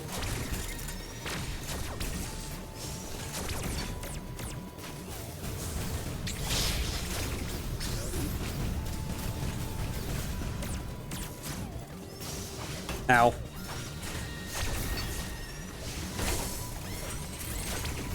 Ow. It's not like they have armor. Yeah, but it's like, it's interesting though that it's like he got shot once in the back with like a, just with like, it looked like a diffusion ray. But he just got put into the dirt. Wait, where am I? Oh, it's, oh, right here. Okay, I see. I was like, wait. Okay, well, this is unfortunate. Skip. Sorry, I had to skip. Oh,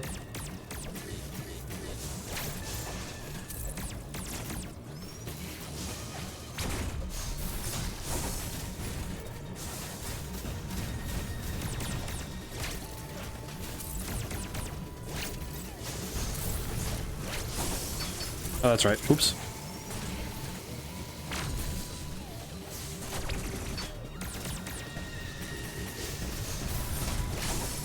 Need to remember. Need to remember how to fight this enemy. The Chozo warriors are actually pretty tough to handle. This feels like whenever you run into an enemy in a video game that is just like you know? Oh crap. I don't know why I stopped shooting. Owie. Ow, ow, ow.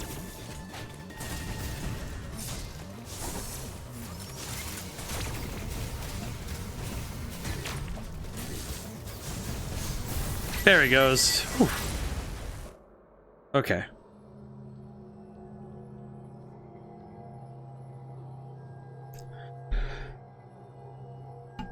Kind of like a weak sauce SAX.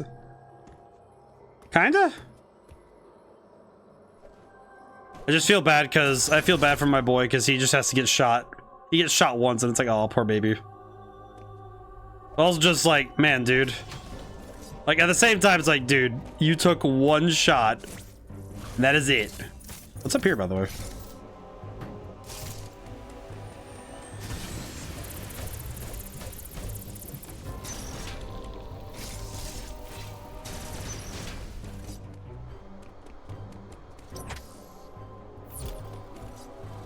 Where does this go? Oh, back to Dairon. Okay, yeah, because I need to go back to Berenia. That's right. I need to go back to the other area so I can get up there. This should work. This will work out just fine. I'm sure it'll work. I will say, if I can actually pick up my speed a little bit, it might just take me a little bit of overtime, but I might be able to finish the game today. That'd be nice. Yeah, I think it'll depend on if I can get, if all of the Emmy are dead around the time that we finish up, that we're at like end of stream. I feel like it's like, okay, no, I can do a little overtime. It will be up for an armor trade. I can. I think I can today. I did go get one, so I have one now. So we're good there.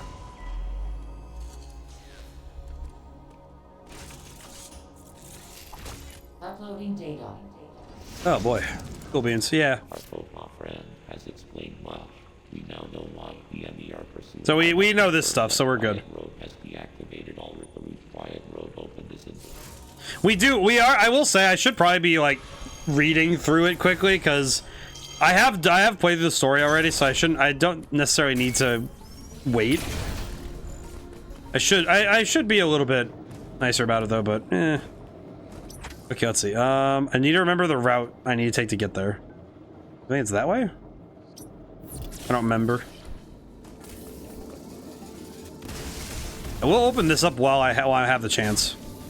So I know I'm gonna need to. Ow. Excuse me. Go this way. Well, that's not open yet. That's right. Ew.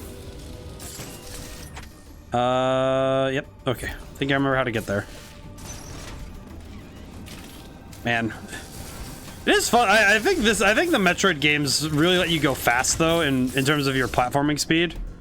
You can really do some weird precise movement when you really want to get cooking.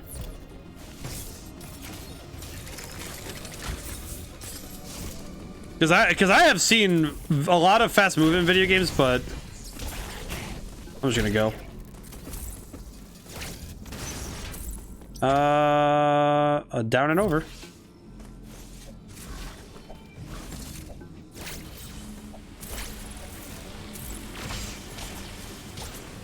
Excuse me.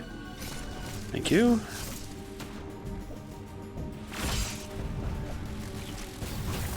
Let me out, let me out, let me out. Just want to go. I want to go fast.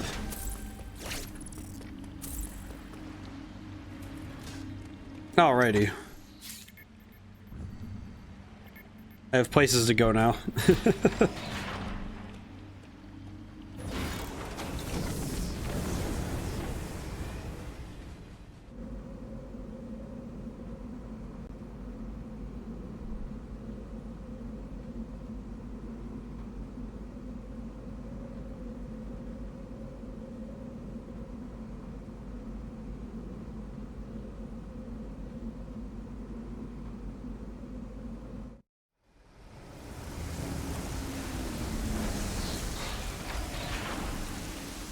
Alrighty. Now I think I was staring at that one area. There's that one spot where oh whoops! I was hitting the wrong button. Ah,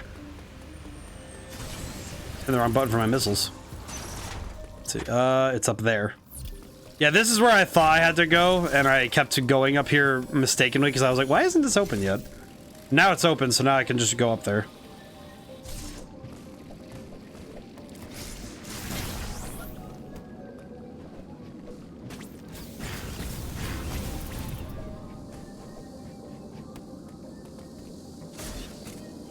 Oh, I need to go to the other side. Whoops. It's kind of weird.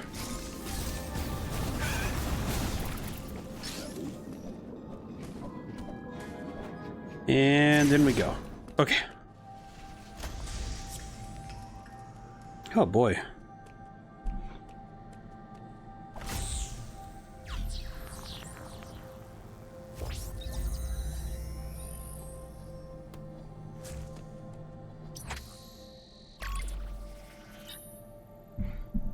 Alrighty, and now we just need to go up and we're good. Oh, wait, I need to save my progress. I should save, because I just realized I need to save. I haven't saved in a while, so I should probably do that.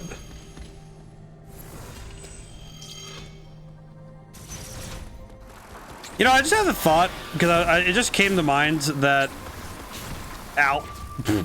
It just came to mind that I can't remember the last time that anybody's ever mentioned that Samus's most iconic look is the one that you almost never have in the game. Like all like the armor that we see in like Smash Brothers and like the Varia suit, it's almost never the suit that she actually uses, you know, come the end of the game.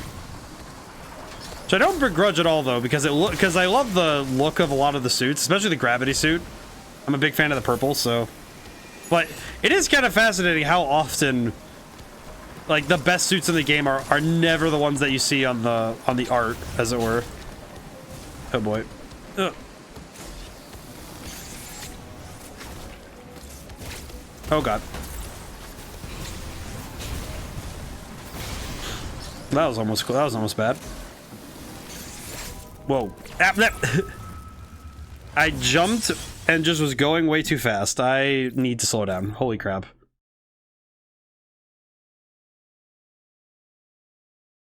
I need to slow down. I need to slow my crazy ass down. I keep zooming. It definitely doesn't help that I haven't gotten a health upgrade. I haven't gotten health back in a while.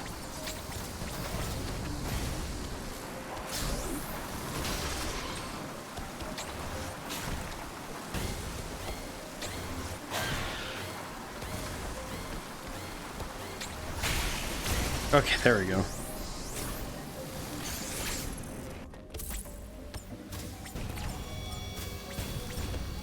Okay. Really just want the thing to don't.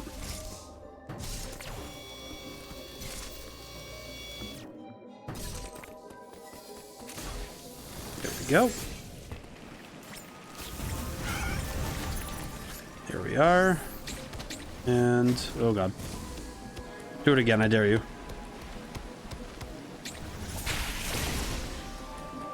There we go. Okay, where does this go? Back out here. Okay, don't need that, but that's good to know. Thank you.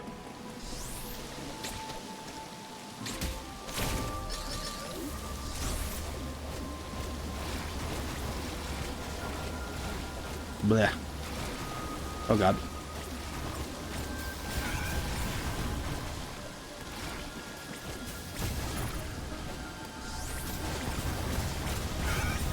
Yeah, there we go. I think this is a total refill station? Maybe? Well, it was a health refill, which is all I needed, so I'll take it. Ew.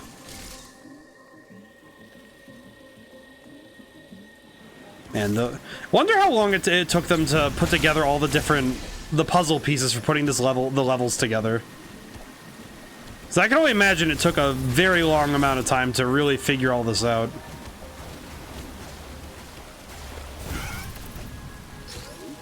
Because look at all this crazy stuff.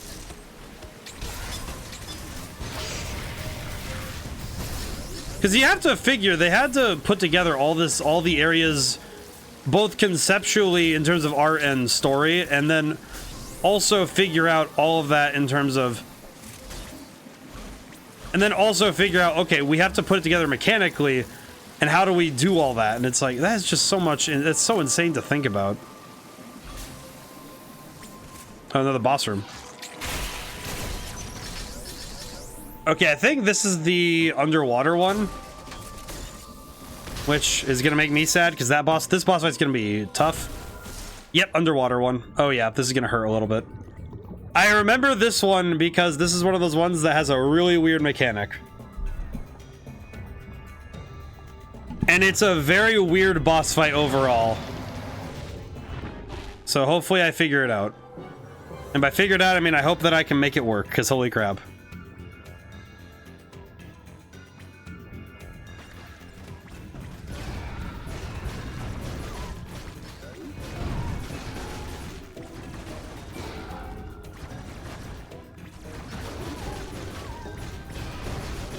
Ow.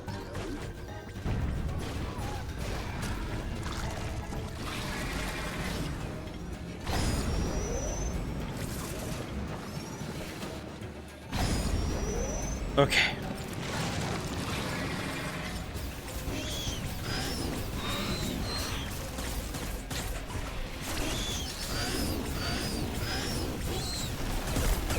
Okay. That worked out. That was pretty good.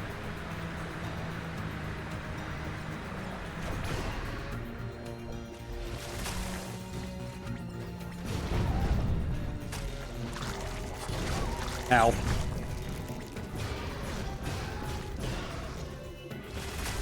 This is the attack I had to remember how to do. Ow.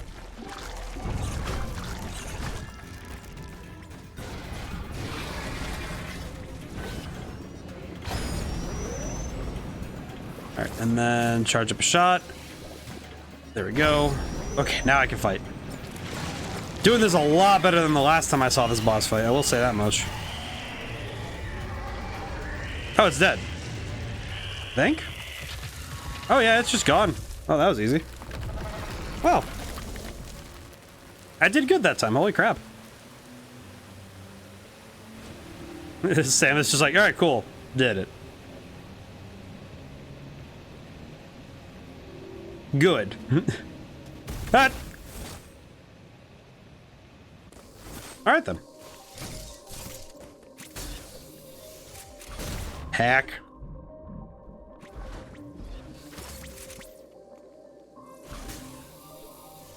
I just slid out.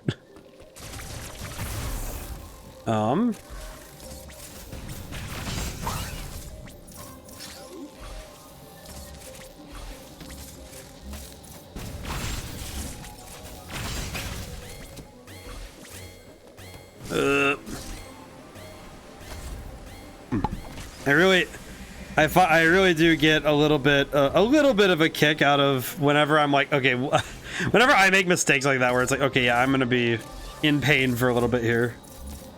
It's just like, yep, in pain. Just like, see, when it's specifically when I make mistakes, when I'm sitting there just taking a bunch of hits for no reason, it's just like, yep. As a player, I definitely have a lot I could do to be better, but it's also very funny how sometimes I just don't.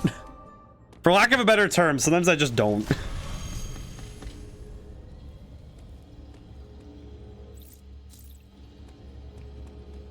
Okay, I'm trying to think, how much longer would it take for me to actually beat the game now? Because I think there's still at least like a couple hours worth of stuff going on. So it might well suit it just to make Metroid Dread a two-parter and just finish it next time, but again, I think I should see how I do. It's interesting because I'm thinking about it because I beat hard mode in 6 hours, so. But I also think that playthrough of hard mode followed after I played normal for the very first time, so a lot of the routing was still fresh in my mind.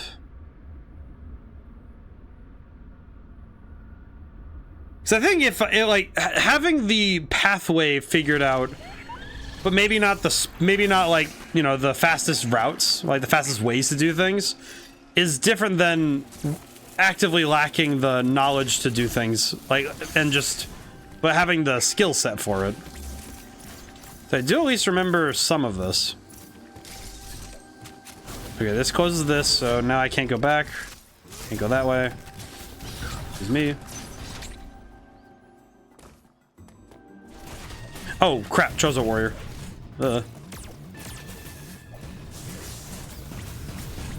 Ow.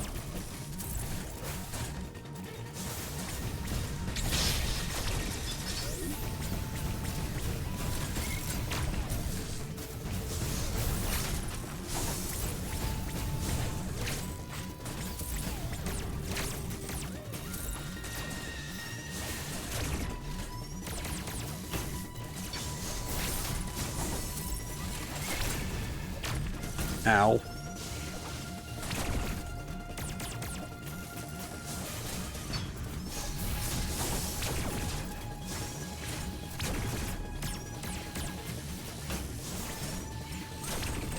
Ow.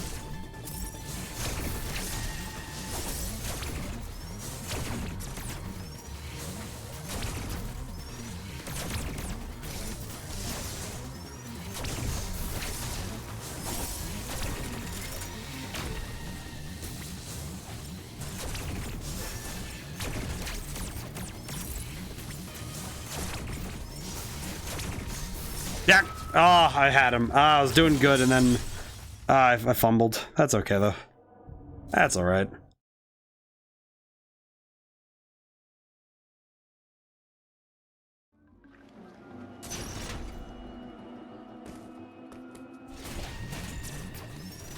I just realized I don't have nearly enough missiles to handle this properly.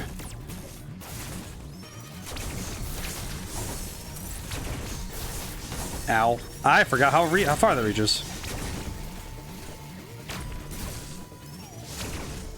Ow. Eh.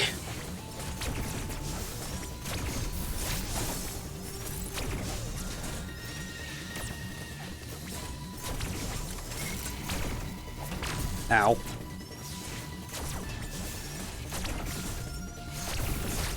Oh man, why did that one not go? Oh, that's weird. Also, I hope everyone's gonna see the Game Awards this week. I'm gonna watch it myself. I'm gonna watch it privately because I don't think I'm gonna stream it ever again unless it's like, you know, extenuating circumstances, because I don't know. Seems like a bit of a hassle with all that copyright stuff.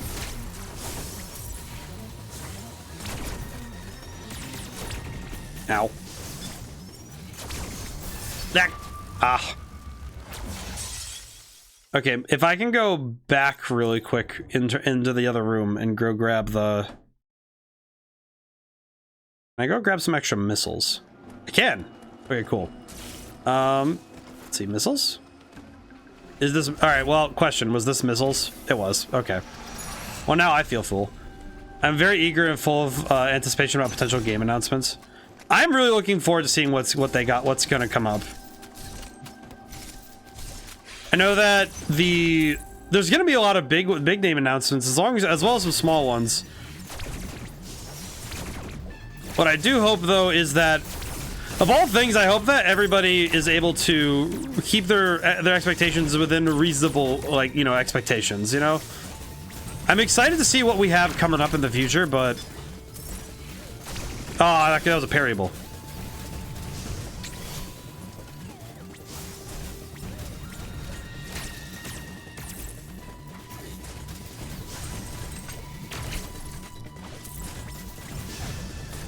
Ow. Oh, that was parryable too. What the heck?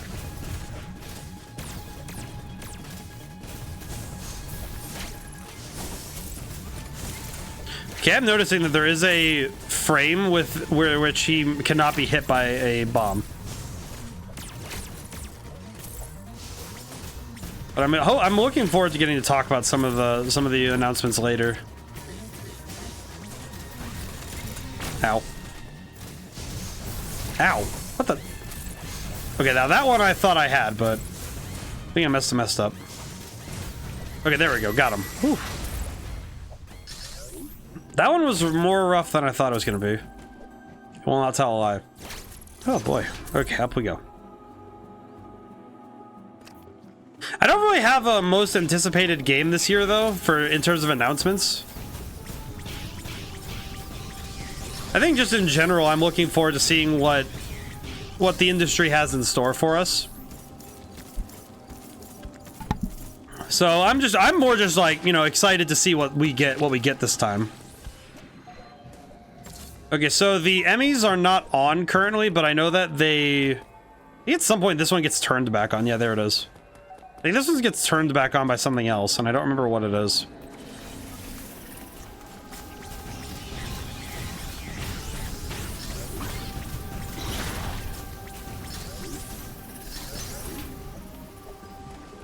I think it may be the X-Parasite, maybe? I forget. Oh boy.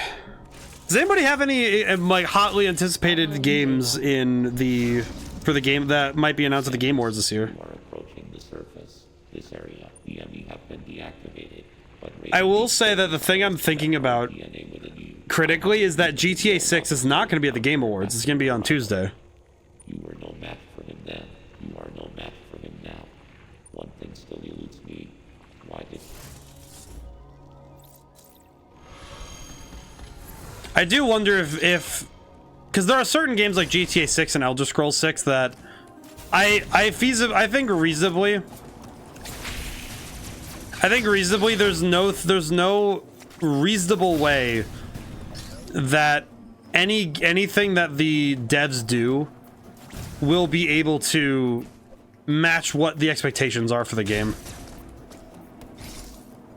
Where they've just become so like massive in terms of the expectation of the scope of the game That there's no way that the devs will ever be able to properly live up to what they've been set up for. And I am genuinely curious if those games will turn out to be as good as people hope they are.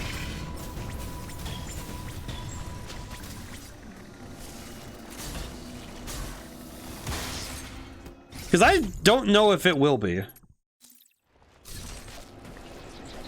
Oh god. God, this thing is a pain. Ow, ow, ow.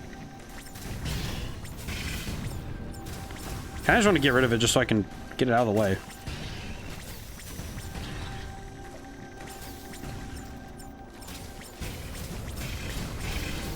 There we go. Whew. That's kind of, I guess, my take on like those kind of larger than life games is that there's always the possibility of them not being able to keep up with the hype they've amassed would be difficult. But I think if I'm trying to think of other games I know are going to be at the Game Awards, because I can't even think of. I hope that there's some information about existing games, you know, like some big announcements of that kind, but there was a tease by Gen Design that implied an announcement for something important would happen this year. Now it's the end of the year before January 6th, the day before the show. It's Ico's 22nd anniversary for Japan. I don't know if it's just a short preview of the next project, but it'd be cool to see something. Oh, that would be really good. Holy, that would be sick. Man, I'm trying to think of what it could be. If they had something coming up, what do you think it would be?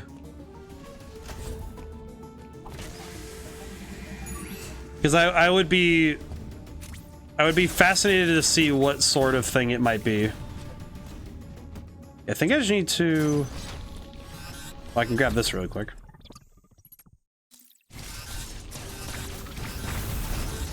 Okay, think about it. Why is this part so cold?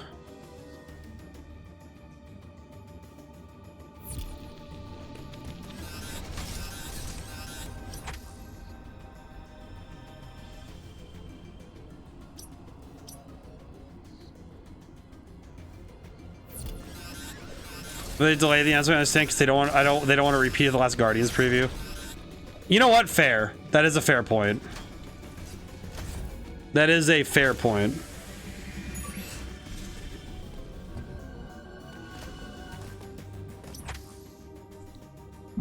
I hope that at the very least I hope at the very minimum they have something to, like, if nothing else, just something to let people know what's coming next. That'd be cool.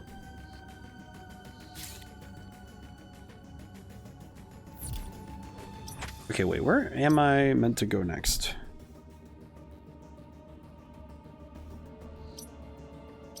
This brings me back here, but for what purpose?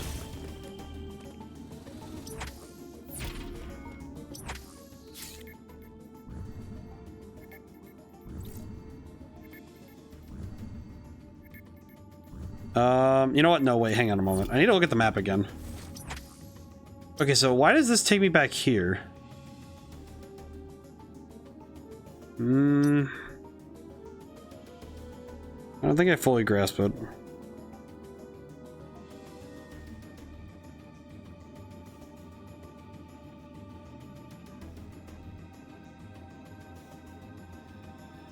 I don't think I understand. Let's see. Do I need to be back in Dairon for this?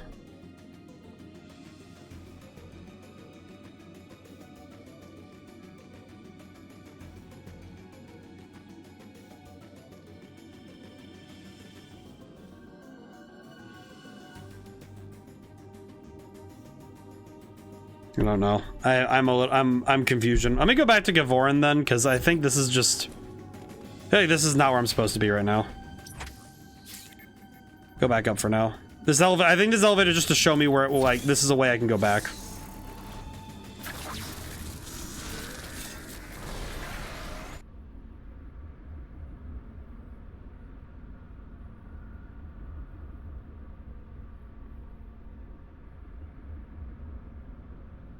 Yeah, I think I might just break this up for I might just break this up into two parts. I think I'll finish Metroid Dread next week. I think I'll just finish it up. Next game. I can't begin to guess, but I do know the tropes that will be there. Shadows, Ancient Ruins, Exploration, Companionship. It'll be interesting as their full game fully separated from their identities. Team Eco. They'll do something entirely new. Maybe. Trying to think of all the things that they could do with, if they were going to do something entirely new. I'd be curious to see what genre they would want to go for with, like, if the choice of anything, what would be their first choice? Heck.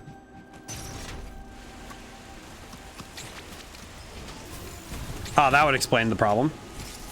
Need to use bombs. Oh, excuse me. Not dealing with that right now. Ah, super missiles. Okay, that would explain it. Or maybe it'll be something like, sort of like how games with Austin Wintory soundtracks, like that game company when they do because like Flower Moon and Journey were very similar in style, but they also just had distinct aesthetics and their own tones, so could very well go either way. So I'll have to see. Okay, and now I can use the super missile door. And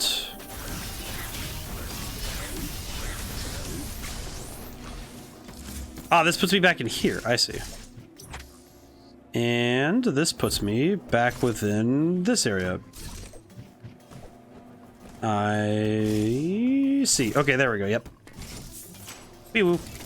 Wait, I did say I would love to design an FPS like in 2014, but the teasers we have so far do not apply anything like that. Funniest shift that would be. Oh my god, he just decides like, yeah, we're gonna make like Call of Eco or something, like some crazy nonsense.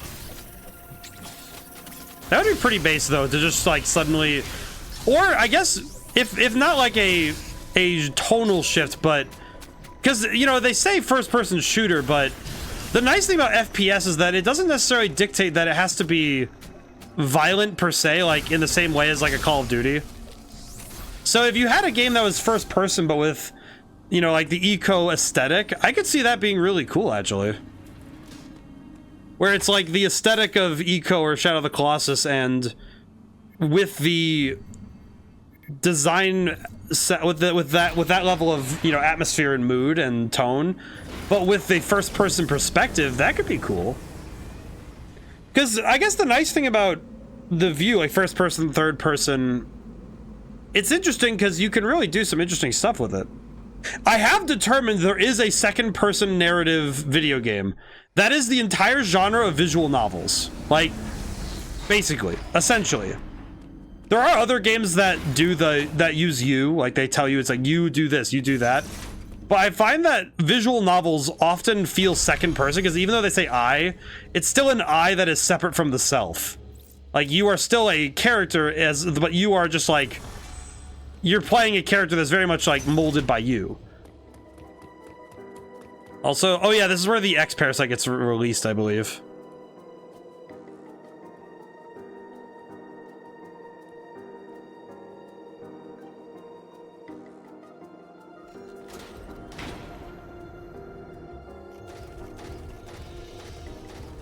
Kind of feels similar to how like horror games are often in first person, and then the ones that are in third person often have a different tone, I think would be the way to put it.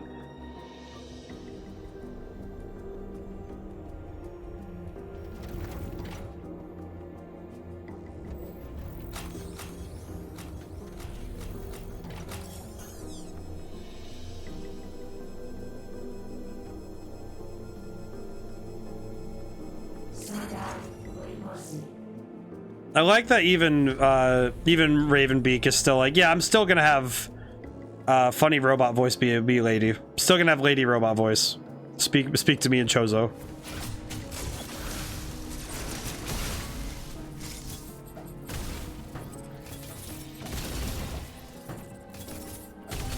Wee-woo.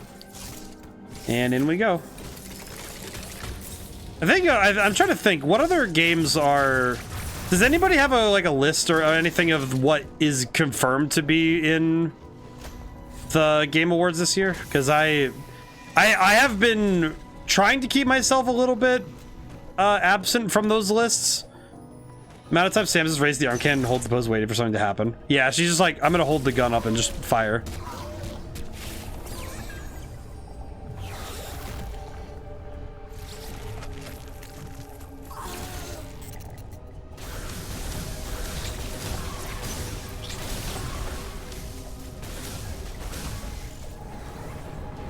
She kind of does make a habit of just standing there, though.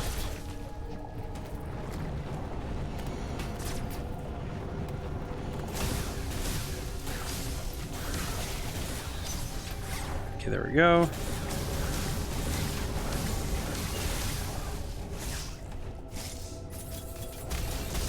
Ow.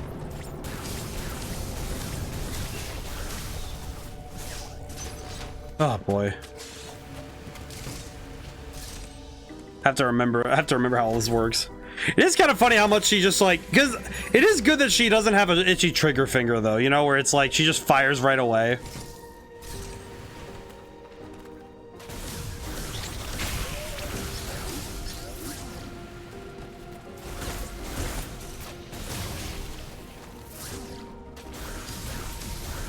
I mean, it is kind of like the way that she was trained. It probably does make a lot of sense that she would be able to have the discipline to not just shoot right away. Like sometimes she knows when to shoot when it's time, but she's not like, she doesn't feel like it's an obligation to fire the moment she sees an opponent, or like to, you know, consider that it might not be the same type of threat. Okay, I forget, what does the plasma beam do again? What does plasma beam do? Fires multiple enemies per squad of fire, can also destroy plasma beam covers.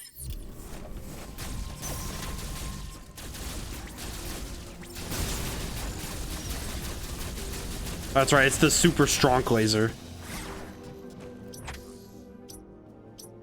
It's the hyper laser.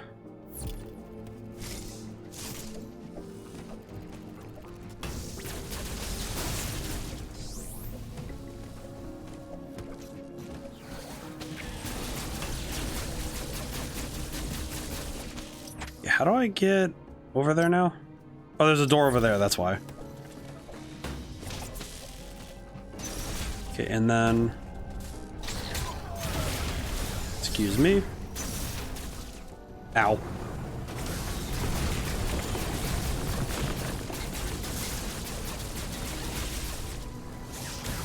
I don't know why I just had the thought, but I just realized, just had the realization, I don't know if the X... do the X die in the same way? Ow. The parry timing is out of this world. Ow. I feel like I'm just getting too reckless at this point. I think it'll be... It's like I can see it when it's about to happen too. I'm just getting too impatient.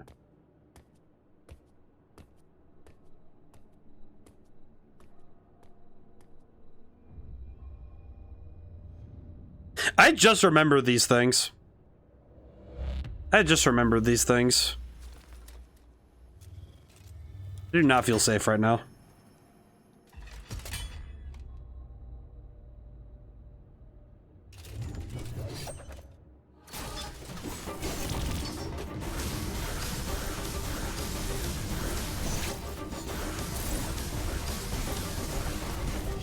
Ow.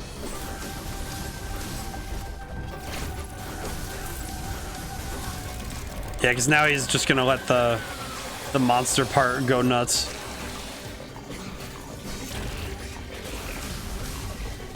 Ow. Ow.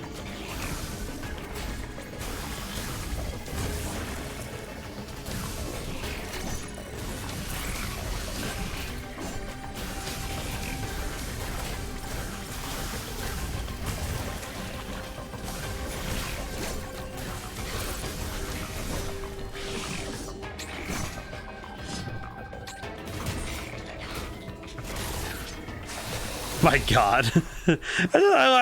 Again, love Samus. Also, holy crap. She really just decided, no, violence is the answer.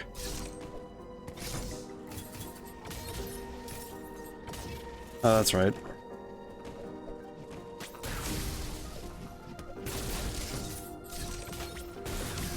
What the? How do I get to this?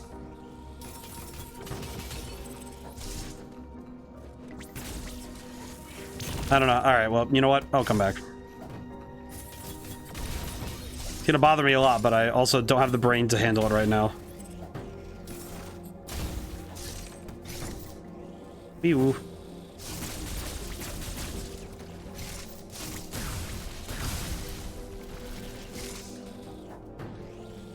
I see, this is not where I'm supposed to go.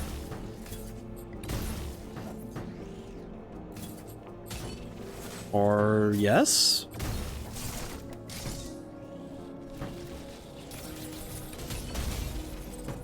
I swear, sometimes this is the one thing that this game does that I find very confusing, is that sometimes it just, oh yeah, just keep driving bombs, it'll be fine. And it's just like, all right, how do I have to mentally, I have to make sure I understand what is and is not something I can hit.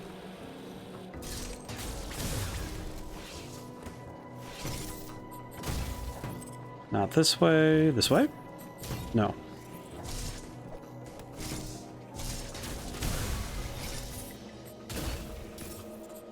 Yep. There we go.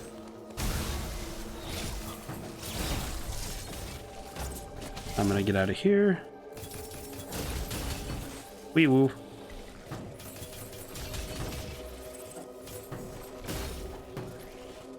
I find these kind of like platforming challenges to be interesting, but also a little confusing. Mainly because it does feel like I am going to be here for a bit. Unknown resource has been acquired. You cannot use this item yet. Reasonable. And this. Oh, now we're back out here. Now, why am I back out here is the question. Beam block. Missile cover destroyed. I think I just need to leave this area.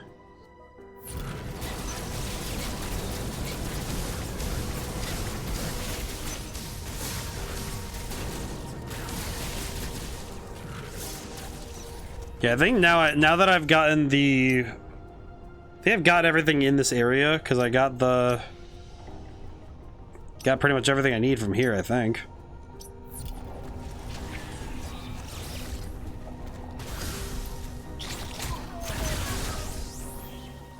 I think I got everything from here.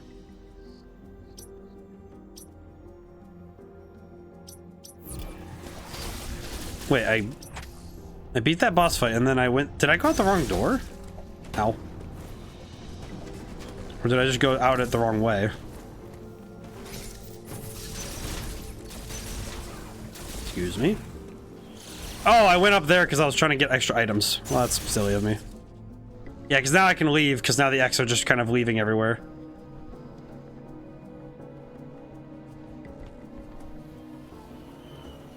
So now, unfortunately, all the X that were on the planet are now just kind of doing their thing.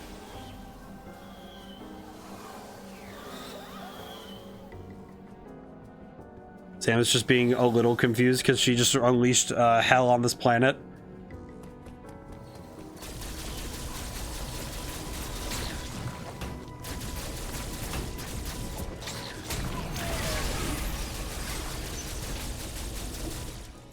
You know, thinking about it critically, it is fascinating that for the first 2D Samus that they've done in a while, they did follow up directly the last one, like in terms of the 2D Samus, like Metroid games. So I think that's good, because they very easily couldn't have. You know, they very easily could have just decided, oh, we'll do something new with it. It's like, no, we're gonna keep the story going, and I think that that's really, it's good. Alrighty, I do think I'm gonna break the game up into 2 parts because I think that it would be.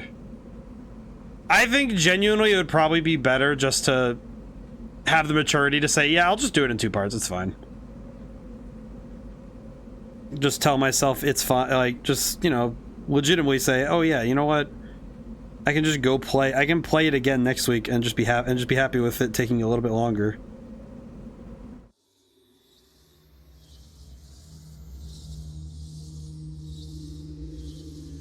I think that's good.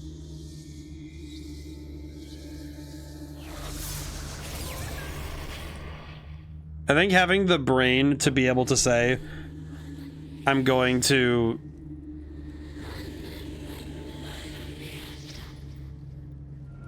Oh yeah, Quiet Robe's body gets...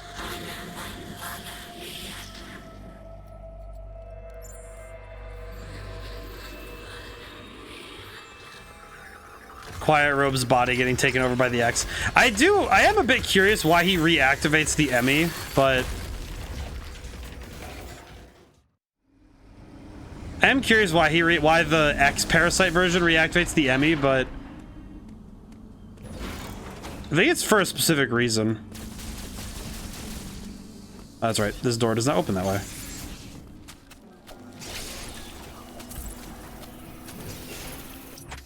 Okay, well now I have the laser thing, so... If I'm remembering correctly, that means I can open... Ah yeah, the door in the Emmy zone, that's right.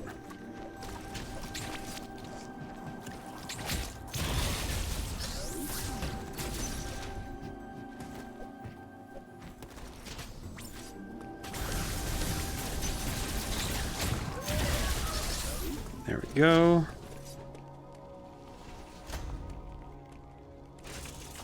Oh, and now I can now Adam's like, hey, you let out all the X again. What is happening? The X have been released from their confinement. They have now scattered across the planet. This is no doubt the work of Raven. I think we did that, but okay. His motives are still a mystery. But your Metroid DNA grants you immunity to the X parasites. You can even absorb them. Perhaps it was some kind of message. Wonder how they did the animations for Adam talking on this thing. Running the planet. They must be destroyed. Wonder how they decided like the way that the squares move on this on the sphere. Because that whole sphere is made of squares and they have to move in a way that denotes speech, and it's fascinating the way they chose to make it look.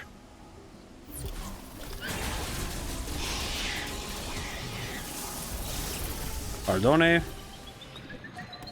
Oh.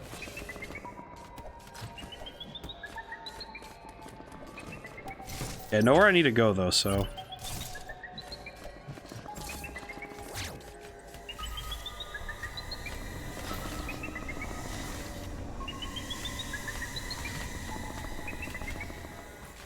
Hi, Emmy.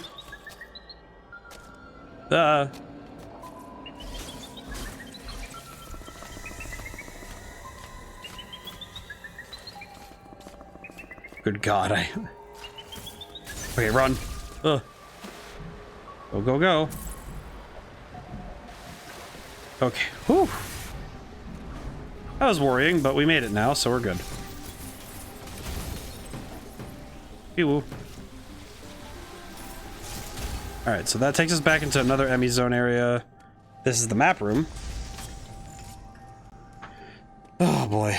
I'm trying to remember how much more game there is, because I would, if I know how much there is, I might be able to just push through for another hour, but I don't know. Don't think we need to go that hard today.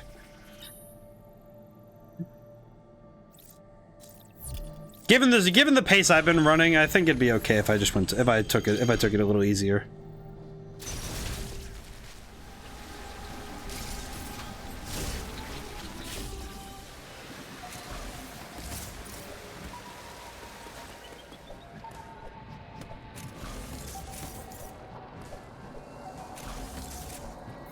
Alrighty.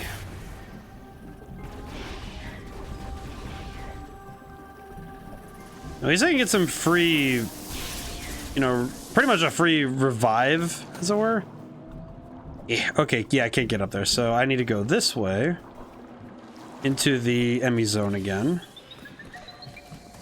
Oh god. Where does this take me?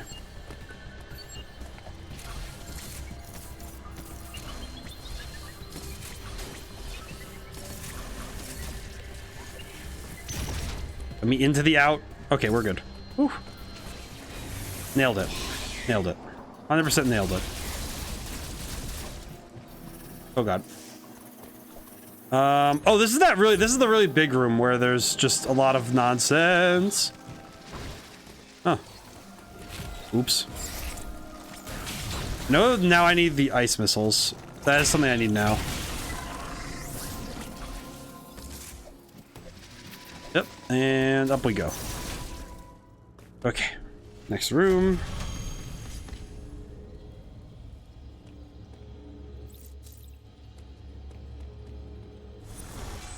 Okay. Oh, hi.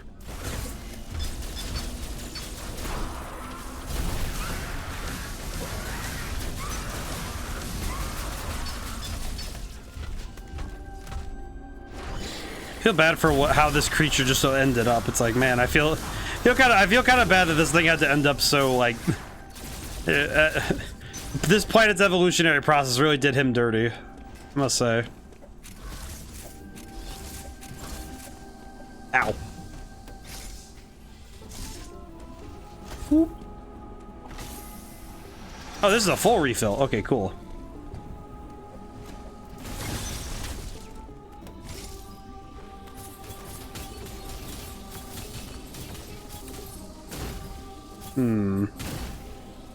Oh, that's right. This is the gravity jump, as I recall. Yep, gravity jump. And I think I get the gravity jump right here. I think that's the next upgrade, if I recall correctly. Spin boost. Oh no, it's the spin. Well, it's the spin boost, which is the gravity jump. Spin boost. I think you only press B at the right height. Cannot gain more height over the first jump of the gravity. So yeah, so you can't go infinitely upwards. However, you can go very far with it.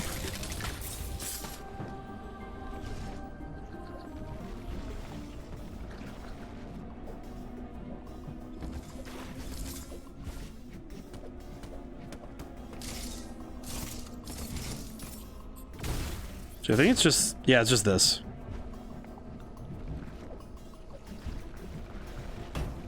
Trying to remember, this is gonna be one where I have to remember how to do this.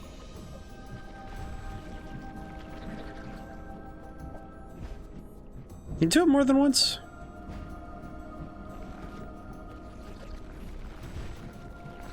No, not yet. Okay. That's good to know. It is kind of funny though, thinking canonically the only one of the very few characters who actually has a double jump in, like of all the Smash Brothers roster, the only one who really has who canonically has it is Samus. I find that interesting. Oh god. And in we go. Another boss fight. Here we go. Hello, sir.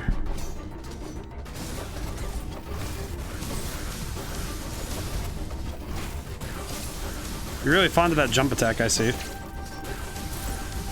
does look pretty cool.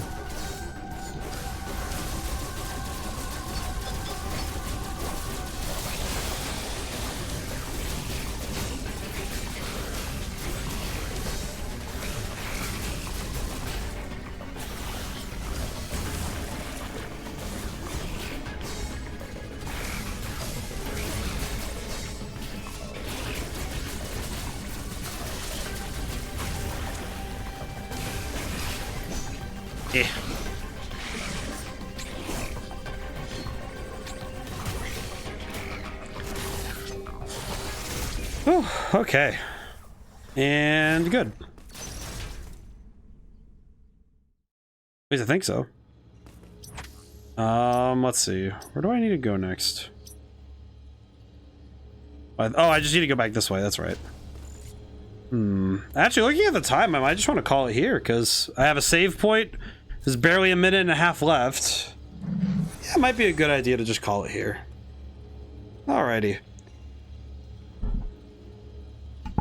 So, actually, this actually opens up an interesting opportunity. So, I just had the thought, because I'm thinking ahead. So this week, So I'm gonna do my housekeeping right now before we call it for stream. This week is gonna be a little awkward because I'm moving streams to Tuesday and Wednesday because Thursday I'm gonna leave open, but my content. Well, hold on, we're not done yet. Maybe, but no worries though. The content has been good though. But you're right though, Heko. I guess you're right. But it's okay. But so Tuesday we'll continue Pokemon Stadium 2. Wednesday we will do this game again. Because I might as well just finish it while it's still fresh in my mind. It's all bueno. Yeah. And so we'll do this game on Wednesday. And then, because I'm pretty sure I'll finish it next time I play it, so. And then Sunday I'll fill in with something else. Well, I don't know if I'd have enough people to do a Yu-Gi-Oh, another Yu-Gi-Oh stream. We could do that though. Maybe do some stuff like I'll play some duels to try out other decks, like try out the single player stuff and like do some of the duels there. And also show off some of the decks I've built. And then do some multiplayer if people are feeling it. I don't know, it's either that or I was thinking maybe a Mario Kart night. Just to have another Mario Kart night, but I think it depends on what people are feeling. But I think a Yu-Gi-Oh stream would be fun because we haven't done one in a long time and I'd like to see how people have improved. It's been a bit. I should definitely boot up Master Duel again. Nothing wrong with Mario Kart. I'll have to think about it some more.